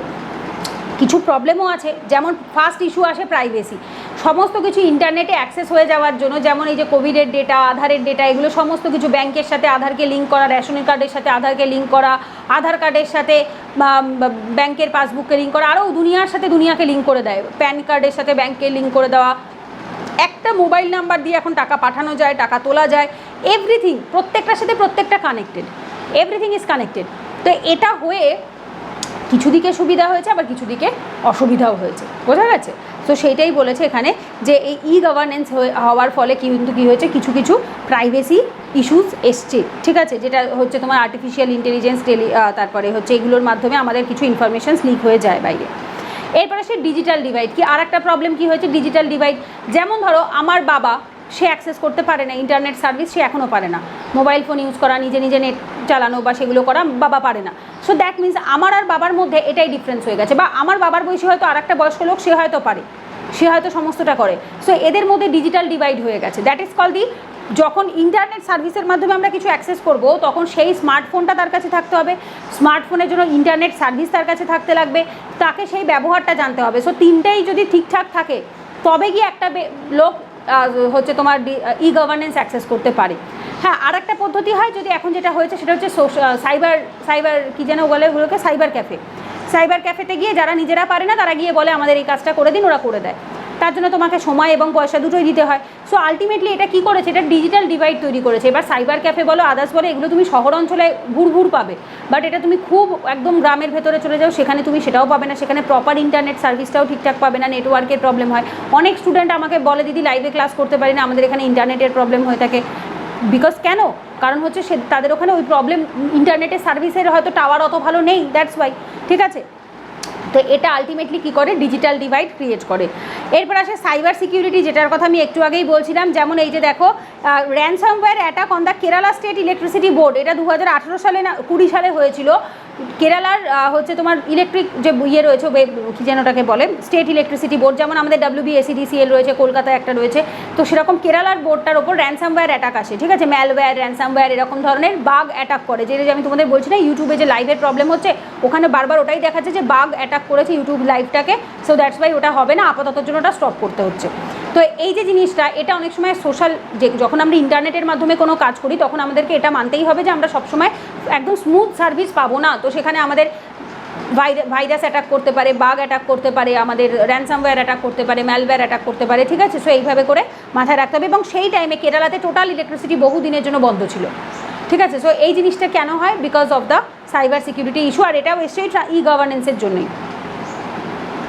এরপর আসে অ্যাকাউন্টেবিলিটি। ই গভর্নেন্স আসার ফলে কিছু জায়গাতে অবশ্যই অ্যাকাউন্টেবিলিটি ফিক্সড হয়েছে ডেফিনেটলি। যেমন দেখা এই যে ল্যাক অফ অ্যাকাউন্টেবিলিটিও এসছে কোন কোন জায়গাতে, do not follow establish rules and procedures for collecting, storing and using citizens personal information. মানে ধরো তুমি তো জানো না যে ওই IAS অফিসার বা কোনো একজন সিভিল সার্ভেন্ট কী পদ্ধতিতে এটাকে ফলো, জিনিসটা অ্যাকসেপ্ট করছে বা কীভাবে ওটাকে স্টোর করছে। সে চাইলে নিজের ইচ্ছে মতো কোনো অন্যায় কিছুকে ইনক্লুড করছে কি করছে না, তো আমরা তো দেখতে যাচ্ছি না, ওটা গভর্নেন্সের মাধ্যমে হচ্ছে। আগে তো যেমন হাতে কলমে একটা ব্যাপার ছিল, সাধারণ মানুষ বুঝতো দেখতো, বাট এখন সেই ব্যাপারটা নেই। সো দ্যাটস ওয়াই কিছুটা ল্যাক অফ অ্যাকাউন্টেবিলিটিও এসছে। ডিজিটাল লিটারেসি, যেটা আমি বললাম যে এই ডিজিটাল ডিভাইড আসেই হচ্ছে ডিজিটাল লিটারেসি না থাকার জন্য। ডিজিটাল ইলিটারেসি যদি থাকে তো ওইটা ব্যবহার করতে হয় কিভাবে, এই মোবাইল ফোন, ইন্টারনেট, তারপরে হচ্ছে সেই অ্যাপসটা, সেই ওয়েবসাইটটা কীভাবে ব্যবহার করতে হয় সেটা যদি কেউ না জানে, তার কাছে যদি সেই ডিজিটাল লিটারেসিটা না থাকে, তাহলে সে কী করে সেটাকে অ্যাকসেপ্ট করতে পারবে না। বোঝা গেছে? এরপর আসে হচ্ছে এথিক্যাল গভর্নেন্স। এথিক্যাল গভর্নেন্স বলতে কি বোঝায়, যে গভর্নেন্স চালাবার জন্য আমাদের কি করতে হয়, এথিক্সকে মাথায় রেখে তারপর আমরা গভর্নেন্সকে চালাই। যেমন দেখো বলছে কি, administrative measure, procedure, policy that fulfil criteria required for the ethically good or acceptable handling of public affairs such as in the public administration, public health care, education, social security। বলছে যে ক্ষেত্রে যেগুলো এথিক্যালি মানে নৈতিকভাবে ভালো হবে, public administration চালাতে, public health care যেমন hospital, education, সরকারি স্কুলগুলো, সোশ্যাল সিকিউরিটি, সেই সমস্ত কিছু, সামাজিক ন্যায় বিচার, সোশ্যাল সিকিউরিটি যেমন রেশন প্রোভাইড করা is a part of social security, ঠিক আছে? কারণ মানুষ যদি খেয়ে পড়ে না বাঁচে তাহলে তুমি এটাকে সামাজিকভাবে তাদেরকে প্রোটেকশন প্রোভাইড করছো না। সো এই যে জিনিসগুলো আসে হচ্ছে এথিক্যাল গভর্নেন্সের মধ্যে, যেটা একজন সিভিল সার্ভেন্ট বা বিউরোক্রেটকে অবশ্যই মাথায় রাখতে হয় তার সার্ভিস ডেলিভারির সময়, ঠিক আছে? আচ্ছা, এরপরে আসে হচ্ছে some key principle of ethical governance. কী কী প্রিন্সিপালস রয়েছে? ফার্স্ট আসে ট্রান্সপারেন্সি। আমি অনেকবার বুঝিয়ে দিয়েছি এই টার্মগুলো, আমি আর বারবার রিপিট করছি না। অর্গানাইজেশনসের ডিসিশনস এগুলোর প্রতি স্বচ্ছ থাকতে হয়। অ্যাকাউন্টেবিলিটি অলরেডি বললাম, প্রত্যেকটা স্টেক হোল্ডারকে নিজের অ্যান্সারেবল থাকতে হয়। ইন্টিগ্রিটি, অখণ্ডতা। ইন্টিগ্রিটি কিসে? অ্যাকশানে থাকে, সততা শুধু মুখে বা কথায় থাকে, বাট ইন্টিগ্রিটি কাজেও দেখানো হয় সেটা করে, ঠিক আছে? এই যে অ্যাডহিয়ারেন্স টু এথিক্যাল প্রিন্সিপালস, অ্যাডহিয়ারেন্স মানে মেনে চলা, একদম কাজেও সেটা মেনে চলবে। রেসপন্সিবিলিটি, দায়িত্ববোধ। সবসময় এটা ভাবলেই চলবে না যে আমি সরকারি চাকরি পেয়ে গেছি, আমি বিশাল কিছু একটা অ্যাটিটিউডে থাকবো, এরকমটা নয়। আমার দায়িত্ববোধ আরও 10 গুণ বেড়ে যাবে, বিকজ এই আইএএস আইপিএস অফিসার হওয়া এটা কারোর উদ্দেশ্য বা গোল নয়, কিন্তু এটা সবসময় মাথায় রাখবে, this can not be a goal of a life. এটা জীবনের উদ্দেশ্য হতে পারে না, দিস ইজ আ প্রসেস। এটা জাস্ট একটা মাধ্যম, যে মাধ্যমে এসে আমরা দেশের সেবা করতে পারি। এটা একটা পদ্ধতি। দেশের সেবা সকলেই করে, বাট দেশের সেবা করার এক একজনের এক একটা চয়েস থাকে। কেউ ডাক্তার হয়ে করে, কেউ ইঞ্জিনিয়ার হয়ে করে, কেউ টিচার হয়ে করে, কেউ আইএস আইপিএস অফিসার হয়ে করে, কেউ নর্মাল যে কোনো কাজ করছে, নিজের কাজের মাধ্যমেই সে দেশে কন্ট্রিবিউট করছে। সেবা কিন্তু আলটিমেটলি সবাই করে, এটা সবাই মাথায় রাখবে। মানে যে একজন রিক্সা চালায়, ভ্যান চালায়, সেও দেশের সেবা করে, প্রত্যেকে করে। কিভাবে করে? আলটিমেটলি তার পয়সাটাও ইকোনমিতে যায়, তার টাকাটাও জিডিপিতে কাউন্ট হয়। বোঝা গেছে তো? যে টাকা জিডিপিতে কাউন্ট হবে সেই প্রত্যেকটা টাকাই কিন্তু কাউন্ট হবে দেশের সেবার ক্ষেত্রেই, কারণ আলটিমেটলি ওটা দেশকেই সম্মান এনে দিচ্ছে। এইভাবে বিন্দু বিন্দু দিয়ে সিন্ধু হয়েই দেশের জিডিপি কিন্তু 5 ট্রিলিয়ন ইকোনমি হবে। এই জিনিসটা সবসময় মাথায় রাখবে যে দেশের সেবা সকলে করে, পদ্ধতি এক একজনের ক্ষেত্রে এক একটা হয়। কখনো ঔদ্ধত্য বা অহংকার আসা উচিত নয় যে আমি এটা পেয়ে গেছি সো আমার কারোর প্রতি জবাবদিহিতা নেই, এরকম ব্যাপারটা নয়। রেসপন্সিবিলিটি থাকাটা ইজ ভেরি ভেরি ইম্পর্টেন্ট, দায়িত্ববোধ থাকতে হবে। এরপরে আসে হচ্ছে strengthening of ethical and moral values. যেমন এখানে কিছু এক্সাম্পল দিয়েছে বইয়ে, তোমরা দেখতে পারো গুড গভর্নেন্সের। যেরকম আমি বললাম, কোনো ডিএম যদি, এর আগেও আমি এক্সাম্পলটা দিয়েছি, কোনো বয়স্ক বৃদ্ধা মহিলা যদি, একদম ফার্স্ট ক্লাসেই বলেছিলাম, তোমাদের কাছে আসে কোনো একটা রেশন কার্ডের বেনিফিট নিতে, অথচ তার কাছে সেই ডকুমেন্ট নেই, তো তুমি কী করবে? তাকে তাড়িয়ে দেবে? না, কখনোই না। তুমি তাকে জিনিসটা চেষ্টা করবে হেল্প করার, যে কী পদ্ধতিতে রেশন কার্ড বানানো যায়, কোন কোন ডকুমেন্ট আপনার কাছে, যখন আধার নেই, প্যান নেই, কীভাবে বানালে আপনার আধার প্যান আসতে পারে, সেইটা তাকে শিখিয়ে দেবে, বলে দেবে, হেল্প করে দেবে যে এই পদ্ধতি করুন, আপনার আধার কার্ড বা প্যান কার্ড চলে আসবে, আপনি বা তুমি দায়িত্ব নিয়ে সেই কাজটা করে দেবে, ঠিক আছে? তো এই জিনিসটা আসে হচ্ছে কোথার থেকে? আমাদের গুড গভর্নেন্সের এক্সাম্পলে, ঠিক আছে? এরপর আসি United Nations Global Compact. United Nations Global কম্প্যাক্টেরও কিছু এক্সাম্পল দিয়েছে, যেমন corporate sustainability and corporate business practice, এই দুটোকে প্রমোট করা। সাস্টেনেবিলিটি এবং বিজনেস দুটো একসাথে থাকবে, এমন যেন ব্যবসায়িক মানসিকতা না হয় যেটা অন্যের ক্ষতি করে তার বিনিময়ে আসছে, না, কারোর না পরিবেশের, না মানুষের, কারণ নয়। আচ্ছা, এরপরে আসে হচ্ছে strengthening ethical and moral values in the governance. কীভাবে গভর্নেন্সে আমরা এথিক্যাল মোরাল ভ্যালুজকে স্ট্রেনথেন করতে পারি, স্ট্রং করতে পারি। যেমন দেখো, কিছু কিছু জিনিস তো অলরেডি আমরা পড়েছি। সেন্স অফ রেসপন্সিবিলিটি, আমি আর বারবার বাংলা রিপিট করছি না, দায়িত্ববোধ অনেকবার বুঝিয়ে ফেলেছি এতদিনে, 11 নম্বর ক্লাস, দ্যাটস ওয়াই আশা করি সবার কাছে আইডিয়া ক্লিয়ার আছে। এনশোরিং অ্যাকাউন্টেবিলিটি বোঝানো আছে। স্ট্রেনথেনিং ওয়ার্ক কমিটমেন্ট, কাজের প্রতি কমিটেড থাকা। ক্রিয়েটিং এক্সিলেন্স, নিজের প্রফেশনালিজমকে মেনটেন করা, দ্যাট ইজ এক্সিলেন্স। যা করবো সেটাতেই এক্সপার্ট হবো, সেটাতেই বেস্ট দেবো। আমি আমার সিচুয়েশন বদলাতে নাই পারতে পারি, কিন্তু আমি যে কাজটা করবো সেই কাজটাই আমি এমনভাবে করবো যেন সেটাতে আমি এক্সিলেন্স পাই। এছাড়া হচ্ছে facilitating spirit of individual and organisational goal, নিজের এবং অর্গানাইজেশনের উদ্দেশ্যকে মাথায় রাখা।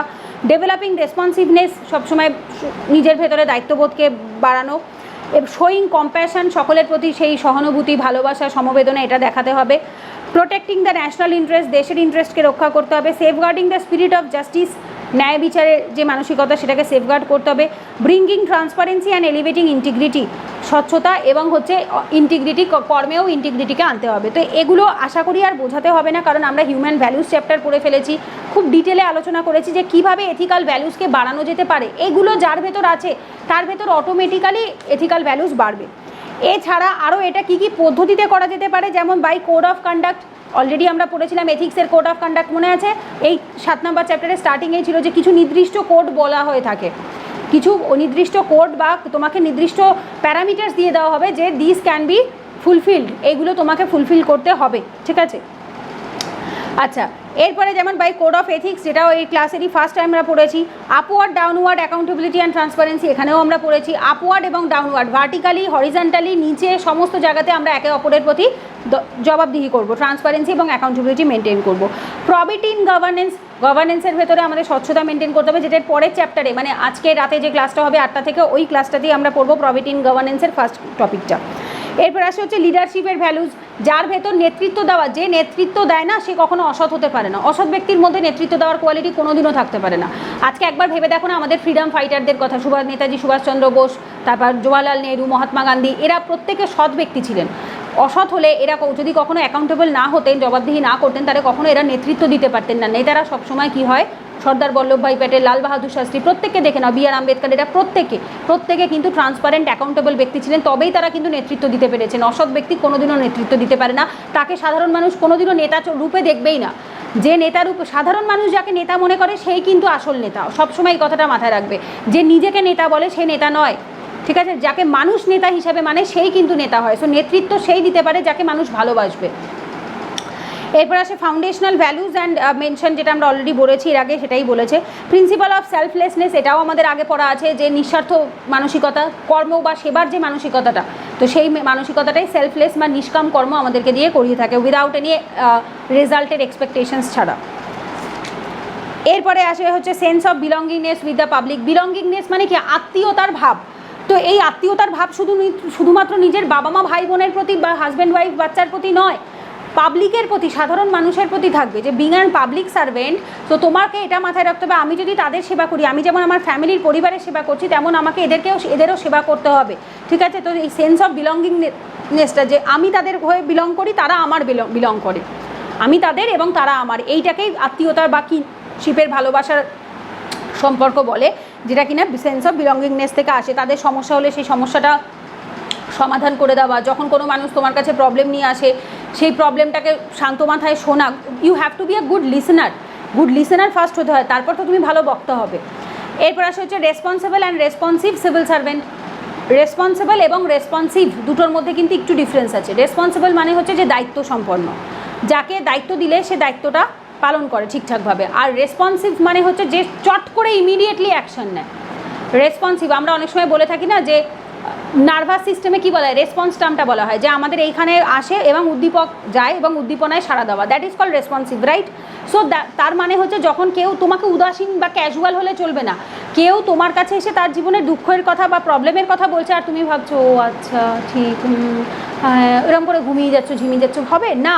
You have to act immediately, তোমাকে ইমিডিয়েটলি অ্যাক্ট করতে হবে, তোমাকে ইমিডিয়েট রেসপন্স দেখাতে হবে, যে তোমার কারোর কষ্টে তোমার কষ্ট হচ্ছে, কারোর আনন্দে তোমার আনন্দ হচ্ছে। তো that means you have to be responsive. তোমাকে রেসপন্সিভ হতে হবে, রেসপন্সিবলও হতে হবে, দায়িত্বও হতে হবে। তো যে রেসপন্সিভ হয় তার ভেতর অটোমেটিক দায়িত্ববোধ চলে আসে। আচ্ছা, এরপর আসে cordial relation with the people, যেটা আমি বললাম অলরেডি, ওই প্রথম টপিকেই আসে সেন্স অফ বিলঙ্গিংনেসে। সাধারণ মানুষের সাথে, সে যে ডিস্ট্রিক্টে অ্যাজ আ ডিএম হিসেবে চাকরি করবে বা ডিএসপি হিসেবে চাকরি করবে, সেখানের মানুষের সাথে তার সম্পর্ক যেন ভালো হয়, ঠিক আছে? কর্ডিয়াল রিলেশন হয়। কর্ডিয়াল কথাটা আসে হচ্ছে কর্ড থেকে, দ্যাট মিনস হচ্ছে তোমার হৃদয়ের সম্পর্ক থেকে। এরপর আসে হচ্ছে হুইসেল ব্লোয়ার প্রোটেকশন। যেমন ধরো কোনো সিভিল সার্ভেন্ট কোনো অন্যায় করতে দেখলে যদি সেটাকে আনঅ্যানোনিমাসলি নিজের নাম না বলে যদি সেটাকে ডিসক্লোজ করে দেয় বা কোনো সাধারণ মানুষও যদি করে দেয়, তাকে প্রপার প্রোটেকশন প্রোভাইড করতে হবে, রাইট? সেটা নিজের ক্ষেত্রে হোক, অন্যের ক্ষেত্রে হোক। মানে কি, এরকম যেন না হয় যে তার নাম আমি ডিসক্লোজ করে দিলাম, তার লাইফটাকে আমি আরও সমস্যার মুখে ফেলে দিলাম। না, যদি কেউ অন্যায়কে ধরিয়ে দেয়, তার প্রোটেকশনটা সবার আগে মাথায় রাখতে হবে, যাতে তার এতে ধরো আজকে কারো কেউ অন্যায় ধরাতে গিয়ে যদি দেখা যায় যে তার নিজের প্রাণটাই চলে গেল, কেউ আর সাহস করে অন্যায়ের প্রতিবাদ করবে? কখনো করবে না। কিন্তু যদি এরকম হয় যে সে অন্যায়ের প্রতিবাদ করেছে এবং আনঅ্যানিমাস ওয়েতে, এবং তাকে প্রোটেকশন প্রোভাইড করা হয়েছে ফ্রম দ্য গভর্নমেন্ট বা সিভিল সার্ভেন্টদের তরফ থেকে, তো দ্যাট মিনস কি মানুষের সেটাতে বিশ্বাস ভরসা জাগবে যে আমরাও ভবিষ্যতে কোনো অন্যায় বা ক্রাইম হতে দেখলে আমরাও আনঅ্যানিমাসলি সেটাকে জানাতে পারি। ঠিক আছে? স্টেক হোল্ডার এঙ্গেজমেন্ট, যেটা আমি বললাম, একজনের ওপর দায়িত্ব দিলে কোনোদিনও সেটা হবে না, দায়িত্ব ভাগ করে নিতে হবে। যেমন সরকারের সব কিছুতে মমতা ব্যানার্জি আর নরেন্দ্র মোদীকে দোষ দিয়ে কোনো লাভ নেই, কারণ তারা দুটো মানুষ আর 142 কোটি দেশ, তো কোনোদিনও এদের পক্ষে পসিবল নয় সেটা সব কিছুকে দেখা। ঠিক আছে? একজন 10 কোটি 12 কোটির রাজ্যকে দেখছে, একজন 142 কোটির দেশকে দেখছে, এটা পসিবল নয়। প্রত্যেকে দায়িত্ব নিতে হবে এবং বিন্দু বিন্দু দিয়েই সিন্ধু হয়। এবং শুধুমাত্র এটা মিনিস্টারদের ওপর নয়, সিভিল সার্ভেন্টদের ওপর নয়, প্রত্যেকটা সাধারণ মানুষের ওপরেও স্টেক হোল্ডার অ্যাপ্রোচ থাকতে লাগবে। প্রত্যেককে ভাবতে হবে আমি ভালো হব, বাকি যে যা করে করুক। যদি এইভাবে করে প্রত্যেকটা 142 কোটি মানুষই যদি ভাবে যে আমি ভালো হব, তাহলে দেশে ক্রাইমটা কখন হবে? ক্রাইমটা হতে পারে না। সো নিজেদেরকে শুধরালে সোসাইটি, দেশ, নেশন, ইন্টারন্যাশনাল লেভেল সব শুধরে যায়, সব।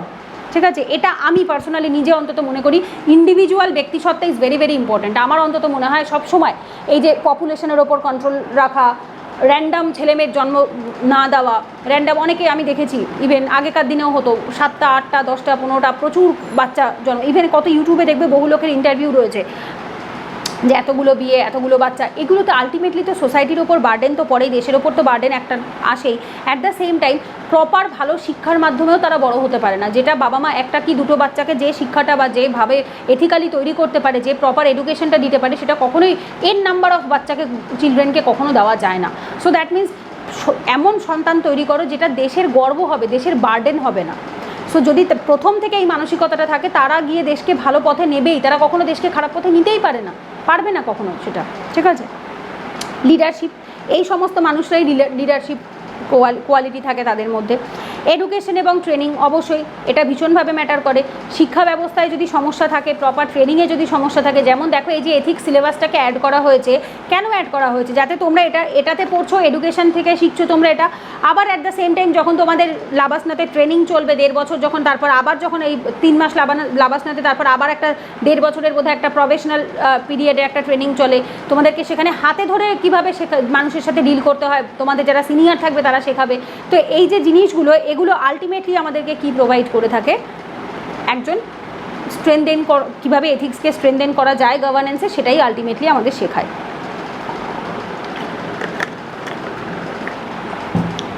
আচ্ছা, একটু ওয়েট করে একবার একটু চেক করে নিই লাইভ ক্লাসটা রেকর্ড হচ্ছে কিনা, কারণ যেহেতু অনেক বড় ক্লাস তো দেখে নিই।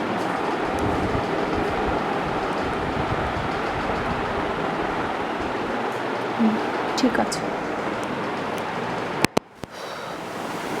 ক্লাসগুলো একটু আপলোড হয়ে দিতে হয়তো লেট হবে, কারণ এই ক্লাস 1080-তে রেকর্ড হচ্ছে, তারপর আবার মানে এগুলো সাইজ কম করে 40 জিবির কাছাকাছি হয়ে যায়, 40 জিবি হয়ে যায়। এবার এই 40 জিবির ক্লাস আপলোড হওয়াতে প্রায় 3 থেকে 3 ঘন্টা তো মিনিমাম লেগে যায়, 2 থেকে 3 ঘন্টা।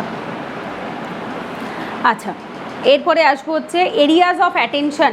কী জায়গায় আমরা অ্যাটেনশন দিতে পারি, কোন কোন জায়গায়। আমি বাংলা রিপিট করছি না, অলরেডি আমরা অনেকবার এগুলো বুঝেছি। যেমন দেখো, কোর ভ্যালুজ, নিজেদের ভেতরের নৈতিক বোধগুলো, কমিটমেন্ট, তারপরে আসে হচ্ছে তোমার কম্পিটেন্স, এথিক্যাল কম্পিটেন্স, যোগ্য তৈরি করা নিজেকে নীতিগতভাবে, প্রফেশনাল এথিক্স, নিজের কাজের জায়গায় প্রফেশনাল এথিক্স মেনটেন করা, রেসপন্সিবিলিটি, সেলফ ডিসিপ্লিন, যেটা বাইরের কেউ কন্ট্রোল করবে না। সেলফ ডিসিপ্লিন আমি পার্সোনালি মনে করি it's very very important. Even UPSC অ্যাসপিরেন্টরা সেটাই শেখে এই থ্রু আউট দ্য জার্নিতে। আজকে যারা ধরো কোনো কোচিংয়ে পড়ে, কোনো লাইব্রেরিতে পড়াশোনা করতে যায়, দিল্লিতে থাকে, তাদের ক্ষেত্রে সেলফ ডিসিপ্লিন না হলেও হয়, সোসাইটিয়াল প্রেশারেই তারা পড়াশোনা করে নেয়। বাট যদি কেউ বাড়িতে বসে পড়াশোনা করে, যেমন তোমরা যা বেশিরভাগই বাড়িতে বসে পড়াশোনা করছো, কেউ টিচারের কাছে পড়েছো, আমি যেমন নিজের ক্ষেত্রে যেমন বলি, আমার ফাউন্ডেশন কোর্স ছিল না, কোনো টিচার ছিল না, বাবা মা কোনোদিনও আমাকে বলেনি যে জোর করে তোকে এটা পড়তেই হবে বা পড়াশোনা কর। ইভেন এখনও আমি নিজে আর্ন করি, সামনে আমার বিয়ে, আমার নিজের বাড়ি করা আছে, আমার কোনো মাথার ওপর কোনো হেডেক নেই যে আমাকে ইউপিএসসি পেতে হবে, আমাকে এখনও পড়াশোনা করতে হবে বা পড়তে হবে না, আমার কোনো হেডেক নেই, আমার ওপর কোনো প্রেশারও নেই আশেপাশ থেকে যে আমি কারোর কথা মতো পড়ছি বা কিছু। But still I am doing, আমি লাস্ট অ্যাটেম্প্ট অবধি অ্যাটলিস্ট আমি চেষ্টা করবো যেন আমার মনে কখনো এটা রিগ্রেট না থাকে যে আমি ছেড়ে দিয়েছি মাঝপথে, এরমটা নয়। অ্যাটেম্প্টের জন্য আমি পারলাম না সেটা ডিফারেন্ট জিনিস, বাট আমি নিজে থেকে ছাড়বো না কখনো। তো এটা সেলফ ডিসিপ্লিন থেকেই আসে। তোমার নিজের ভেতর যদি ডিসিপ্লিন না থাকে তোমাকে এটা বাইরের কেউ জোর করে করাতে পারবে না। যে এথিক্যালি ভালো মানুষ হবে না তার সেলফ ডিসিপ্লিন থাকবেই, এটা কেউ ইনকালকেট করতে পারে না, এটা ভেতর থেকে আসে। It is kind of A aptitude, এটা জেনুইনলি ভেতর থেকে আসে এবং খানিকটা বাবা মায়ের শিক্ষায় তো ডেফিনেটলি থাকে। আচ্ছা, এরপরে আসে হচ্ছে যেমন যেটা বলছিলাম, support for rule of law, আইনের শাসন ইজ ভেরি ভেরি ইম্পর্টেন্ট। কখনো কোনো সিচুয়েশনে আইন কখনো নিজের হাতে তুলতে নেই, ঠিক আছে? আইন সবসময় আইনের ওপর ছাড়তে হয়। আচ্ছা, এরপরে আসে হচ্ছে ইমপ্লিমেন্টেশন, প্রপার যে স্কিমগুলো আসবে সেটা সঠিকভাবে ইমপ্লিমেন্ট করা, করাপশন আনএথিক্যাল প্র্যাকটিসকে সেন্সিবলি ডিল করা, ফিনান্সিয়াল ম্যানেজমেন্ট করা, রিক্রুটমেন্ট, প্রমোশন, ডিসমিসাল, সমস্ত কিছুতে অডিট মেনটেন করা, কোনো রকম যাতে অডিট করা মানে কি অ্যাকাউন্টেবল থাকা। তুমি যদি প্রত্যেকটা জিনিসকে পাবলিকলি অডিট করা বা অ্যাভেলেবেল আনো, দ্যাট মিনস তুমি অ্যাকাউন্টেবল, বোঝা গেছে? সো সেটাকে অ্যাকাউন্টেবিলিটি বলে। Effective complain and redressal, proper ওয়েতে যাতে তোমরা কমপ্লেন করতে পারো, রিড্রেস করতে পারো। এবং এই নিয়মগুলো এটা শুধু সরকারের ক্ষেত্রে না, এটা একটা ফ্যামিলির ক্ষেত্রে অ্যাপ্লিকেবল হয়, এটা একটা কোচিংয়ের ক্ষেত্রে অ্যাপ্লিকেবল হয়, এটা একটা দেশের ক্ষেত্রে, এটা একটা কোম্পানি, প্রাইভেট কোম্পানির ক্ষেত্রে, গভর্নমেন্টের ক্ষেত্রে, ইচ অ্যান্ড এভরি ওয়ানের ক্ষেত্রে এটা অ্যাপ্লিকেবল হয়, ইচ অ্যান্ড এভরি ওয়ানের ক্ষেত্রে, বোঝা গেছে? এরপর আসে ethical issues in international relation and funding. International রিলেশনে এবং ফান্ডিংয়ের ক্ষেত্রে আমাদের কী কী এথিক্যাল ইস্যুস ফেস করতে হয়, যেটা আমি একটু আগে বলছিলাম না, যে অ্যাকচুয়ালি এই ইন্টারন্যাশনালে রাইট অ্যান্ড রং সেরকমভাবে কিছু হয় না, দেশের রাইট দেশের রঙই আসল রাইট অ্যান্ড রং। দেখো বলছে, insight to the right and wrong which occur in international space, realism embraces that only thing that really matter is power what a country has. একটা দেশের কি আছে ইন্টারন্যাশনাল লেভেলে কিন্তু এটাই বেশি ম্যাটার করে। দেখো ইউএস ওয়ার্ল্ড পাওয়ার, ইউএসের ক্ষমতা বেশি, দ্যাটস ওয়াই ইউএসকে লোকজন শোনে, রাশিয়ার ক্ষমতা বেশি, রাশিয়াকে শোনে, ঠিক আছে? ইন্ডিয়াও এখন 4 নম্বরে চলে আসে মোটামুটি, মানে ইউএসএ, ইউকে, রাশিয়া, চায়না, এদের পরে ইন্ডিয়ার নাম্বারই চলে আসে, কারণ ইন্ডিয়া এখন ফাস্টেস্ট গ্রোয়িং ইকোনমি। ইন্ডিয়াতে একটা সেন্ট্রালাইজড স্ট্রং সরকার রয়েছে, ইন্ডিয়ান আর্মি এখন ওয়ার্ল্ডের মধ্যে একটা বেশ ভালো জায়গায় রয়েছে, সেকেন্ডে বা থার্ড পজিশনে রয়েছে। তো যার ফলে সেকেন্ডেই বোধ হয় রাশিয়ার পরেই খুব সম্ভবত, তো যার ফলে ইন্ডিয়ারও এখন ইন্টারন্যাশনাল লেভেলে অনেকটা ক্ষমতা বেড়েছে। এবং India being an young country, স্বাধীনতার পয়েন্ট অফ ভিউ থেকে দেখতে গেলে ইন্ডিয়া তো, সনাতনের পয়েন্ট অফ ভিউ থেকে দেখতে গেলে ইন্ডিয়াই একদম প্রথম। কিন্তু যদি আমরা স্বাধীনতার পয়েন্ট অফ ভিউ থেকে দেখি, যে স্বাধীনতা কিন্তু একদম এই রাশিয়া, ইউএসএ, ব্রিটেন বা আদার্স যে দেশগুলোর সাথে ইন্ডিয়া এখন কম্পিট করছে, চায়না, এদের সাথে যে কম্পিট করছে, সেই তুলনায় ইন্ডিয়ার স্বাধীনতা তো অনেক লেটেস্ট, 77 বছর আগের ঘটনা। স্টিল ইন্ডিয়া যা পারফর্ম করছে, দ্যাট ইজ রিয়েলি প্রেজওয়ার্দি, সেটা সত্যিই প্রশংসনীয় কাজ। কারণ একবার ভেবে দেখো না, যে দেশগুলোর সাথে কম্পিট করছে যে কোনো বিষয়ে, এই রাশিয়া, চায়না, ইউএসএ, ইউকে বা জার্মানি, ফ্রান্স, এরা স্বাধীনতা সেই রয়েছে কবের থেকে, 1600, 1700, 1800 এরকম সময় থেকে এরা কতটা ইন্ডাস্ট্রিয়াল ডেভেলপমেন্ট এরা ওই 1688, 1700 এরকম সময় থেকে দেখে এসছে। 1917-তে রাশিয়ার রেভলিউশন হয়ে গেছে, ফ্রেঞ্চ রেভলিউশন হয়ে গেছে।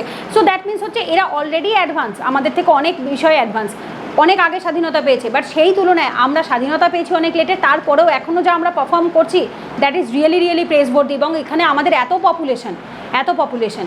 So power is very important international লেভেলে। দেশের মান সম্মান রক্ষা করে একটা দেশের পাওয়ার, ঠিক আছে? দেশের পাওয়ার ইজ ভেরি ইম্পর্টেন্ট, যেটা রিসেন্ট টাইমে ইন্ডিয়াতে কিন্তু এসছে, আগে ছিল না এতটা, বাট এই লাস্ট 5-7 বছরে প্রচুর পরিমাণে বেড়েছে। আফটার কোভিডের সময় ইন্ডিয়া প্রচুর মেডিসিন প্রোভাইড করেছে, ভলেন্টারি হেল্প প্রোভাইড করেছে। এখনও ইন্ডিয়া প্রচুর ভলেন্টারি, যে কোনো ক্রাইসিসে ভলেন্টারি হেল্প করে, যেমন শ্রীলঙ্কাকে করেছে, বাংলাদেশকে করেছে। এইগুলোতে আলটিমেটলি দেশের নাম উজ্জ্বল হয় ইন্টারন্যাশনাল লেভেলে। আচ্ছা, এখানে কি বলছে, morality, ethics, law, political system, legal system, cultural system are all irrelevant. দেশের ক্ষেত্রে মানে ইন্টারন্যাশনাল লেভেলে এগুলোর কোনো ভ্যালু থাকে না। আমি যেটা একটু আগে বললাম, তোমার দেশ কতটা পাওয়ারফুল, তোমার দেশ কতটা ইন্টারন্যাশনালে ছাপ ফেলতে পারছে, ইম্প্যাক্ট ফেলতে পারছে, এটা ইন্টারন্যাশনাল এথিক্সের ক্ষেত্রে এটা বেশি ম্যাটার করে, বেশি, ঠিক আছে? আইডিয়ালিজম কি স্ট্রেস করে, রিয়ালিজম হচ্ছে বাস্তব, হচ্ছে এটা রিয়ালিজম মানে বাস্তব, আইডিয়ালিজম মানে সব কিছু ভালো হবে, আইডিয়াল হবে। দেখো, on the common interest between the Nations and not necessarily at the power distance or at a power balance. মানে কি আইডিয়ালিজমে কি বলা হয়, এথিক্স স্ট্রেস করে কিসের ওপরে, এমফাসাইজ করে কিসের ওপরে, common interest between the Nations, যে কমন স্বার্থ যেটা হবে সমস্ত দেশের মধ্যে। যেমন আমি যেটা বললাম climate change, global warming, controlling CO2 by 1.5 degree Celsius, মানে ওভারঅল টেম্পারেচারকে 1.5 ডিগ্রি সেলসিয়াস অবধি কন্ট্রোল করা। এই যে EVS যেগুলো সাস্টেইনেবল ডেভেলপমেন্ট, মিলেনিয়াম ডেভেলপমেন্ট, যেগুলো ইকোনমি এবং EVS কাইন্ড অফ ইকোনমি, মানে অর্থনীতির সাথে পরিবেশকে কানেক্ট করে যেগুলো, সেই টাইপের জিনিস সবসময় কমন ইন্টারেস্ট হয়।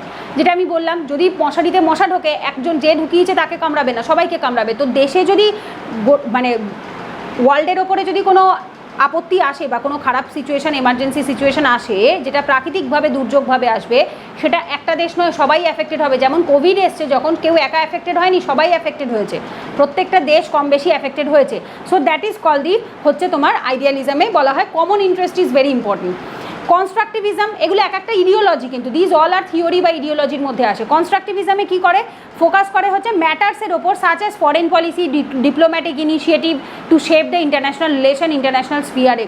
ডিপ্লোম্যাটিক মানে কি, কূটনৈতিক, যেটা আমাদের IFS অফিসাররা করে। রাজনৈতিক হচ্ছে পলিটিক্যাল, আর কূটনৈতিক বা ডিপ্লোম্যাটিক রিলেশন হচ্ছে যেটাতে আমাদের হাই কমিশনার পাঠানো হয় না, বা ইন্ডিয়ান অ্যাম্বাসাডাররা থাকে, বা ইন্ডিয়াতেও বাইরের দেশ থেকে থাকে। তো that is call the diplomatic relation, যেটা আমাদের IFS অফিসার, ইন্ডিয়ান ফরেন সার্ভিসে যারা রয়েছে, ইন্ডিয়ান IFOS অফিসার যারা রয়েছে, তারা মেনলি এটা দেখে থাকে।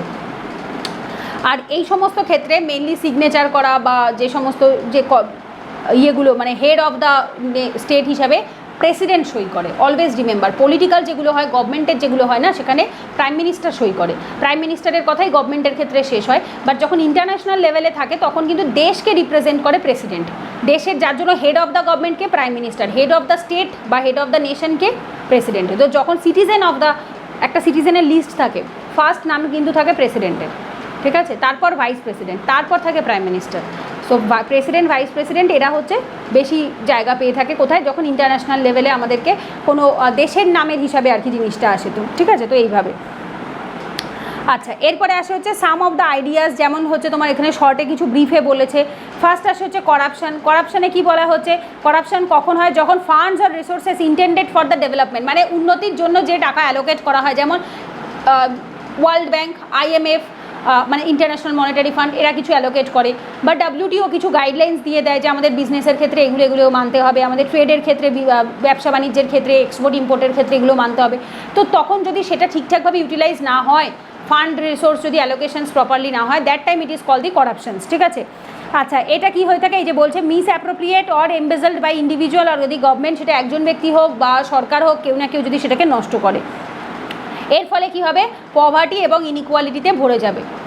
পরে আসে হিউম্যান রাইট অ্যাবিউজ, যেটা আমরা দেখতে পাই কোথায়, আমাদের ইউনাইটেড নেশনসেরও হিউম্যান রাইট কাউন্সিল আছে, এবং হচ্ছে প্রত্যেকটা দেশে ন্যাশনাল হিউম্যান রাইট কাউন্সিলও আছে, যেটা আলটিমেটলি গোল কি, যাতে মানবাধিকার প্রপারলি মেনটেন হয়। হিউম্যান রাইট কাউন্সিল বা হিউম্যান রাইট অ্যাবিউজ যাতে না হয়, মানুষের অধিকার যাতে ঠিকঠাক, যেমন হিউম্যান ট্রাফিকিং, মহিলা পাচার, মানুষ পাচার, কোনো অ্যানিমালের হচ্ছে তোমার পোচিং করা, এই ধরনের ক্রাইমগুলো ইন্টারন্যাশনাল লেভেলে হয়।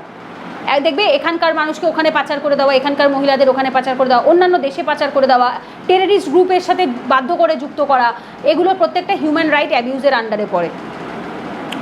আচ্ছা, এরপরে আসে হচ্ছে যেমন এনভায়রনমেন্টাল ডিগ্রেডেশন, যেটা আমি এতক্ষণ ধরে বলছিলাম, যেটা which is a very common issue, যেটা দুই দেশের মধ্যেই হয়ে থাকে। এনভায়রনমেন্টাল ডিগ্রেডেশন, যদি পরিবেশের ক্ষতি হয়, সেটা সমস্ত দেশের ক্ষেত্রেই অ্যাপ্লিকেবল হবে।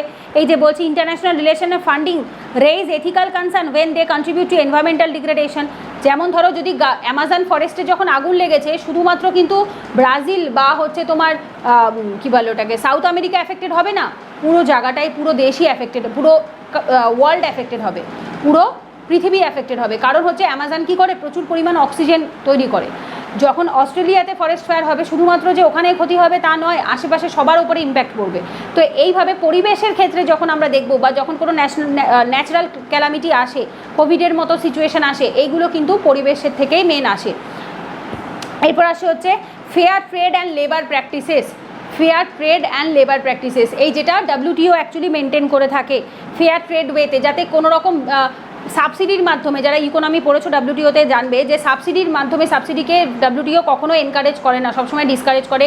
ডিরেক্ট মানি সাবসিডি যেটা দেওয়া, সেটা WTO অ্যাকসেপ্ট করে না। তুমি ইনপুট সাবসিডি দিতে পারো বাট ডিরেক্ট করবে না। এতে কি হয়, ফেয়ার ট্রেড হয়। এরকম যেন না হয় যে কোনো একটা দেশ নিজের লোকাল মার্কেটকে বা ডোমেস্টিক মার্কেটকে বেশি প্রমোট করে অন্য একটা ইন্টারন্যাশনাল কোম্পানিকে ডাউন করে দিচ্ছে, সেরকমটা না হয়। That is come under the fair trade and labour practice, proper ওয়েতে যাতে সেটা হয়। এরপর আসে কালচারাল সেন্সিটিভিটি। এমন কিছু কোনো দেশ কোনো ধর্মের এগেনস্টে, কোনো কালচারের এগেনস্টে, সংস্কৃতির এগেনস্টে এমন কিছু বলবে না, করবে না যেটা অন্য আরেকটা দেশের ধর্মকে বা সংস্কৃতিকে অপমান করা হয়, ঠিক আছে? তো সেইটাও কিন্তু খুব ইম্পর্টেন্ট। কালচারাল সেন্সিটিভিটিকে মাথায় রাখা হয় ইন্টারন্যাশনাল রিলেশনের এবং ফান্ডিংয়ের ক্ষেত্রে। ল্যাঙ্গুয়েজ, রিলিজিয়ান, কালচার এগুলো রিলেটেড আর কি, কখনো এমন কিছু করে না যেটা খুব সংবেদনশীলতার সাথে জিনিসটাকে ডিল করা হয়। আচ্ছা, এরপরে এখানে কিছু কিছু টপিক দিয়েছে, যেমন ধরো এই যে when these issues are not adequately considered or respected, কী কী ইস্যুস আসতে পারে যদি এগুলোকে ঠিকঠাক আমরা মাথায় না রাখি, যদি ঠিকঠাক মেনটেন না করি, তাহলে কী কী প্রবলেম ফেস করতে হতে পারে সেটা দেখো।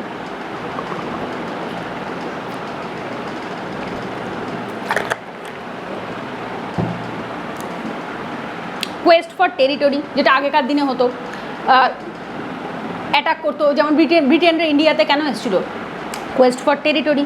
কোয়েস্ট মানে লোভ বা কাইন্ড অফ বলতে পারো কঙ্কার করার যে লোভটা থাকে, দ্যাট ইজ কল্ড কোয়েস্ট, ঠিক আছে? আর টেরিটরি মানে জায়গা। সো দ্যাট মিনস তোমার যুদ্ধ হয়। এই যে ধরো রাশিয়া ইউক্রেন ওয়ার কেন হচ্ছে? Because Quest for territory, Quest for পাওয়ার, এই কারণে। Inequality between the Nations, obviously সমস্ত দেশের মধ্যে ইনইকুয়ালিটি বেড়ে যাবে, যেটা এখনও রয়েছে মোটামুটি। Undermining stewardships and sustainability principles, right? সেই আমরা এগুলো একদম প্রথম দিকে পড়েছিলাম। তো সেইগুলোতে কী হবে? আন্ডারমাইনিং হবে এবং at the same time sustainability প্রিন্সিপালসগুলো নষ্ট হবে, মানা হবে না। আন্ডারমাইনিং ইউটিলিটারিয়ানিজম, মানে যেটাতে উপযোগবাদ যেটা ছিল সেটাকে আন্ডারমাইন করা হবে, ঠিকঠাক মানা হবে না, মানে কাইন্ড অফ ডাউনগ্রেড করা হবে, ঠিক আছে? উইপন্স অফ মাস ডিস্ট্রাকশন, সেটা কী হিসেবে কাজ করে? উইপন্স বা অস্ত্র, মাস ডিস্ট্রাকশন, বহু মানুষের ক্ষতি হবে, বহু মাস মানে একদম সবাই, ডিস্ট্রাকশন মানে ধ্বংস, প্রত্যেকটা মানুষ, প্রত্যেকটা দেশ ধ্বংস হয়ে যাবে। দেখো না, আজকে ক্লাইমেট চেঞ্জ যদি হয়, গ্লোবাল ওয়ার্মিং যদি হয়, বিশ্ব উষ্ণায়ন হলে কী হবে? গোটা পৃথিবীতে যত বরফ আছে তত গলবে। বরফ গললে নদীর জল বেড়ে যাবে, সমুদ্রের জলের পরিমাণ বেড়ে যাবে, সি লেভেল রাইজ হয়ে যাবে, আর সি কোস্টে যে দেশগুলো রয়েছে জলের তলায় সাবমার্জড হয়ে যাবে, জলের তলায় ডুবে যাবে। সো তার ফলে আমরা এই যে রিসেন্ট এরকম আমরা অনেক দেখতে পেয়েছি, অনেক আইল্যান্ড ছিল যেগুলো এখন পুরোপুরি জলের তলায় ডুবে গেছে। কেন? বিকজ অফ সমুদ্রের জলের পরিমাণ বাড়ছে এবং আস্তে আস্তে টেকটনিক অ্যাক্টিভিটিসের জন্য ওগুলো আস্তে আস্তে নিচের দিকে নামছে, ঠিক আছে? আমরা ফিজিক্যাল জিওগ্রাফিতে পড়েছি, যারা পড়েছি তারা তো জানি, আর যারা একদম বিগিনার ডোন্ট ওয়ারি, পড়বে তোমরা সামনেই এগুলো। Lack of mutual benefit and peace of coexistence, mutual বেনিফিটের অভাব, ল্যাক অফ মিউচুয়াল বেনিফিট, এবং হচ্ছে পিসফুল কোএক্সিস্টেন্স, একসাথে শান্তিপূর্ণ সহবস্থান। পিসফুল কোএক্সিস্টেন্স মানে শান্তিপূর্ণ সহবস্থান, এটার অভাব দেখা যাবে। কনফ্লিক্ট অ্যান্ড কম্পিটিশন ওভারলুকিং কোঅপারেশন, সহযোগিতার বদলে সেখানে ঝামেলা, কনফ্লিক্ট শুরু হয়ে যাবে এবং কম্পিটিশন, একে অপরের প্রতিযোগী হিসেবে মনে করবে। সহযোগী মনে করবে না, প্রতিযোগী মনে করবে, ঠিক আছে? সহযোগী মানে যারা একসাথে ওপরে ওঠে, আর প্রতিযোগী হচ্ছে একজনকে ফেলে দিয়ে আর একজন ওপরে ওঠে। ডেভেলপমেন্ট ভার্সেস গ্রোথ ডিবেট, যেটা অ্যাকচুয়ালি আমি এটা ইকোনমি ক্লাসেও অনেকবার বুঝিয়েছি। Growth is like a numeric term, quantitative term, qualitative নয়। Development is a qualitative term, যেটা নিউমেরিক নয়, যেটা ইসের ওপর ডিপেন্ড করে, উন্নতির ওপর ডিপেন্ড করে। যেমন আমরা সাস্টেনেবল গ্রোথ বলতে পারতাম, কই আমরা সাস্টেনেবল গ্রোথ তো বলি না, সাস্টেনেবল ডেভেলপমেন্ট বলি। যে উন্নতি এই বর্তমানের নিডকেও ফুলফিল করে without compromising the ability of the future, ভবিষ্যতের এবিলিটিকে কোনো রকমভাবে ক্ষতি করে না বা কোনো রকমভাবে কম্প্রোমাইজ করে না, সেইটাকে বলা হয় সাস্টেনেবল ডেভেলপমেন্ট। আর গ্রোথ হচ্ছে অর্থনৈতিক উন্নতিতে দেশ যদি ডেভেলপমেন্ট হয়, দেশে যদি জিডিপি বাড়ে, তাহলে সেটা গ্রোথ হয়। সো এই ডিবেটটাও কিন্তু একটা গ্লোবালি চলতেই থাকবে, কারণ আমরা হয়তো ভাববো যে দেশকে আমরা গ্রোথে নিয়ে যাব, বাট গ্রোথে নিতে গেলে তো আমাদের ডেভেলপমেন্টটাও অনেক সময় অ্যাফেক্টেড হয়, আমাদের দেশের পরিবেশের ক্ষতি হয়। এনভায়রনমেন্টের গাছ কেটে হচ্ছে তোমার tourism promote, it is a example of একটা best example of a development versus গ্রোথের। National need versus international needs, international ফান্ডিংয়ের ক্ষেত্রে তোমার হচ্ছে international funding versus national needs. So international লেভেলে যে টাকাটা আসে সেটা ন্যাশনাল নিডকে অনেক সময় ফুলফিল করতে পারে না। ইস্যুস আর কি কি? মাইগ্রেন্ট ক্রাইসিস, যেমন দেখো ওই যে রোহিঙ্গা মায়ানমার থেকে এসছে, বাংলাদেশ থেকে এসছে, এগুলো প্রচুর মাইগ্রেন্ট ক্রাইসিস হচ্ছে। শ্রীলঙ্কার থেকে তামিলনাড়ুতে প্রচুর মাইগ্রেন্ট ক্রাইসিস হয়েছে। দিজ আর যখন কোনো দেশ ঠিকঠাকভাবে তার নিজের দেশের সাধারণ মানুষকে প্রোটেকশন প্রোভাইড করতে না পারে, তখনই এই মাইগ্রেন্ট ক্রাইসিসগুলো হয়। Western inference in the western Asia, এশিয়ার দিকে, পশ্চিম এশিয়ার দিকে পাশ্চাত্যের যে ইনফ্লুয়েন্সটা সেটা বাড়তে থাকে, সাউথ চায়না সিতে বাড়তে একটা ইম্প্যাক্ট পড়ে। সাউথ চায়না সি কদিন আগেই কারেন্ট অ্যাফেয়ার্সে ছিল, সবসময় কারেন্ট অ্যাফেয়ার্সে থাকে South China Sea.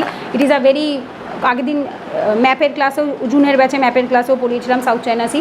So South China Sea always important, কারণ এখানে এটা জিও পলিটিক্যাল পজিশনের জন্য ইজ ভেরি ভেরি ইম্পর্টেন্ট। এখান থেকে বেশিরভাগ বিজনেসের যে ট্রেড রুটটা থাকে, যেটা তোমার ইন্ডিয়ার থেকে, ইন্ডিয়ার পূর্ব দিক থেকে, এপাশ থেকে মানে হচ্ছে এই দিক থেকে ঘুরে যায়, ঠিক আছে, এই সাইড থেকে ঘুরে যায় চায়নার পাশ থেকে, that is call South China Sea. এখানে 9 ড্যাশ জোনও পাবে। যাই হোক, এরপরে আসে last topic, that is corporate governance. Corporate গভর্নেন্সে কি বলছে, কর্পোরেট সেক্টরে যে গভর্নেন্স বা শাসন কিভাবে কাজ হয়, তো এখানে যে পদ্ধতি, the work culture and the পদ্ধতি, the type of governance are running there, এইটাই মেন এমফাসাইজ করে। কি করছে দেখো, প্রমোট কর্পোরেট ফেয়ারনেস, স্বচ্ছতা, ট্রান্সপারেন্সি, অ্যাকাউন্টেবিলিটি। আমি আর বারবার বলছি না, একই জিনিস আছে, কারণ এই টার্মগুলো একেবারে সেই চ্যাপ্টার 1 থেকে চ্যাপ্টার শেষ অবধি, ethics is all about transparency, accountability, integrity, honesty, this impartiality, non partisanship, fairness, openness, this all are, মানে যখনই কেউ এথিক্স বলবে এই টার্মগুলো অতি অবশ্যই থাকবে। আমি এর আগের দিনের প্রথম ক্লাসেও তোমাদের আমি বলেছিলাম যে প্রথম আমাদের এগুলো কষ্ট করে মুখস্থ করতে হয়, but after completing all the classes, তোমাদের 2টো ডাউট ক্লিয়ারিং সেশন আর 16টা রেকর্ড মানে সাবজেক্ট ওয়াইজ ক্লাস, এটা কমপ্লিট হয়ে যাওয়ার পরে আই ডোন্ট থিঙ্ক তোমাদের আর এগুলো মুখস্থ করতে হবে বলে, কারণ এগুলো এতবার রিপিট হয়, এগুলো এমনি ভেতরে ঢুকে যায়, ঠিক আছে। আচ্ছা, ট্র্যাডিশনাল গভর্নেন্সের কনসেপ্টের থেকে এটা একটুখানি আলাদা হয়, বাট এটার থেকেই মেন হচ্ছে ইনফ্লুয়েন্স হয়ে আসে। মডার্ন কনসেপ্ট এটা বিশ্বাসী হয়, that is corporate governance encompasses all the processes like relationship, custom, policy, law, institutions which affect the direction, administration, control of a corporate. Thus the company management is responsible not only to the shareholders but also to the other stakeholders, that is people who have an interest in conduct of the business of the company. মানে কি, আগে traditional কনসেপ্টে বিশ্বাস করা হতো যে যদি আমার কোম্পানিতে বোর্ড অফ ডাইরেক্টর যদি ধরো 5 জন হয়, সবার হয়তো কারো 20%, কারো 30%, কারো 21%, কারো 39%, এইভাবে করে স্টেক কেনা আছে।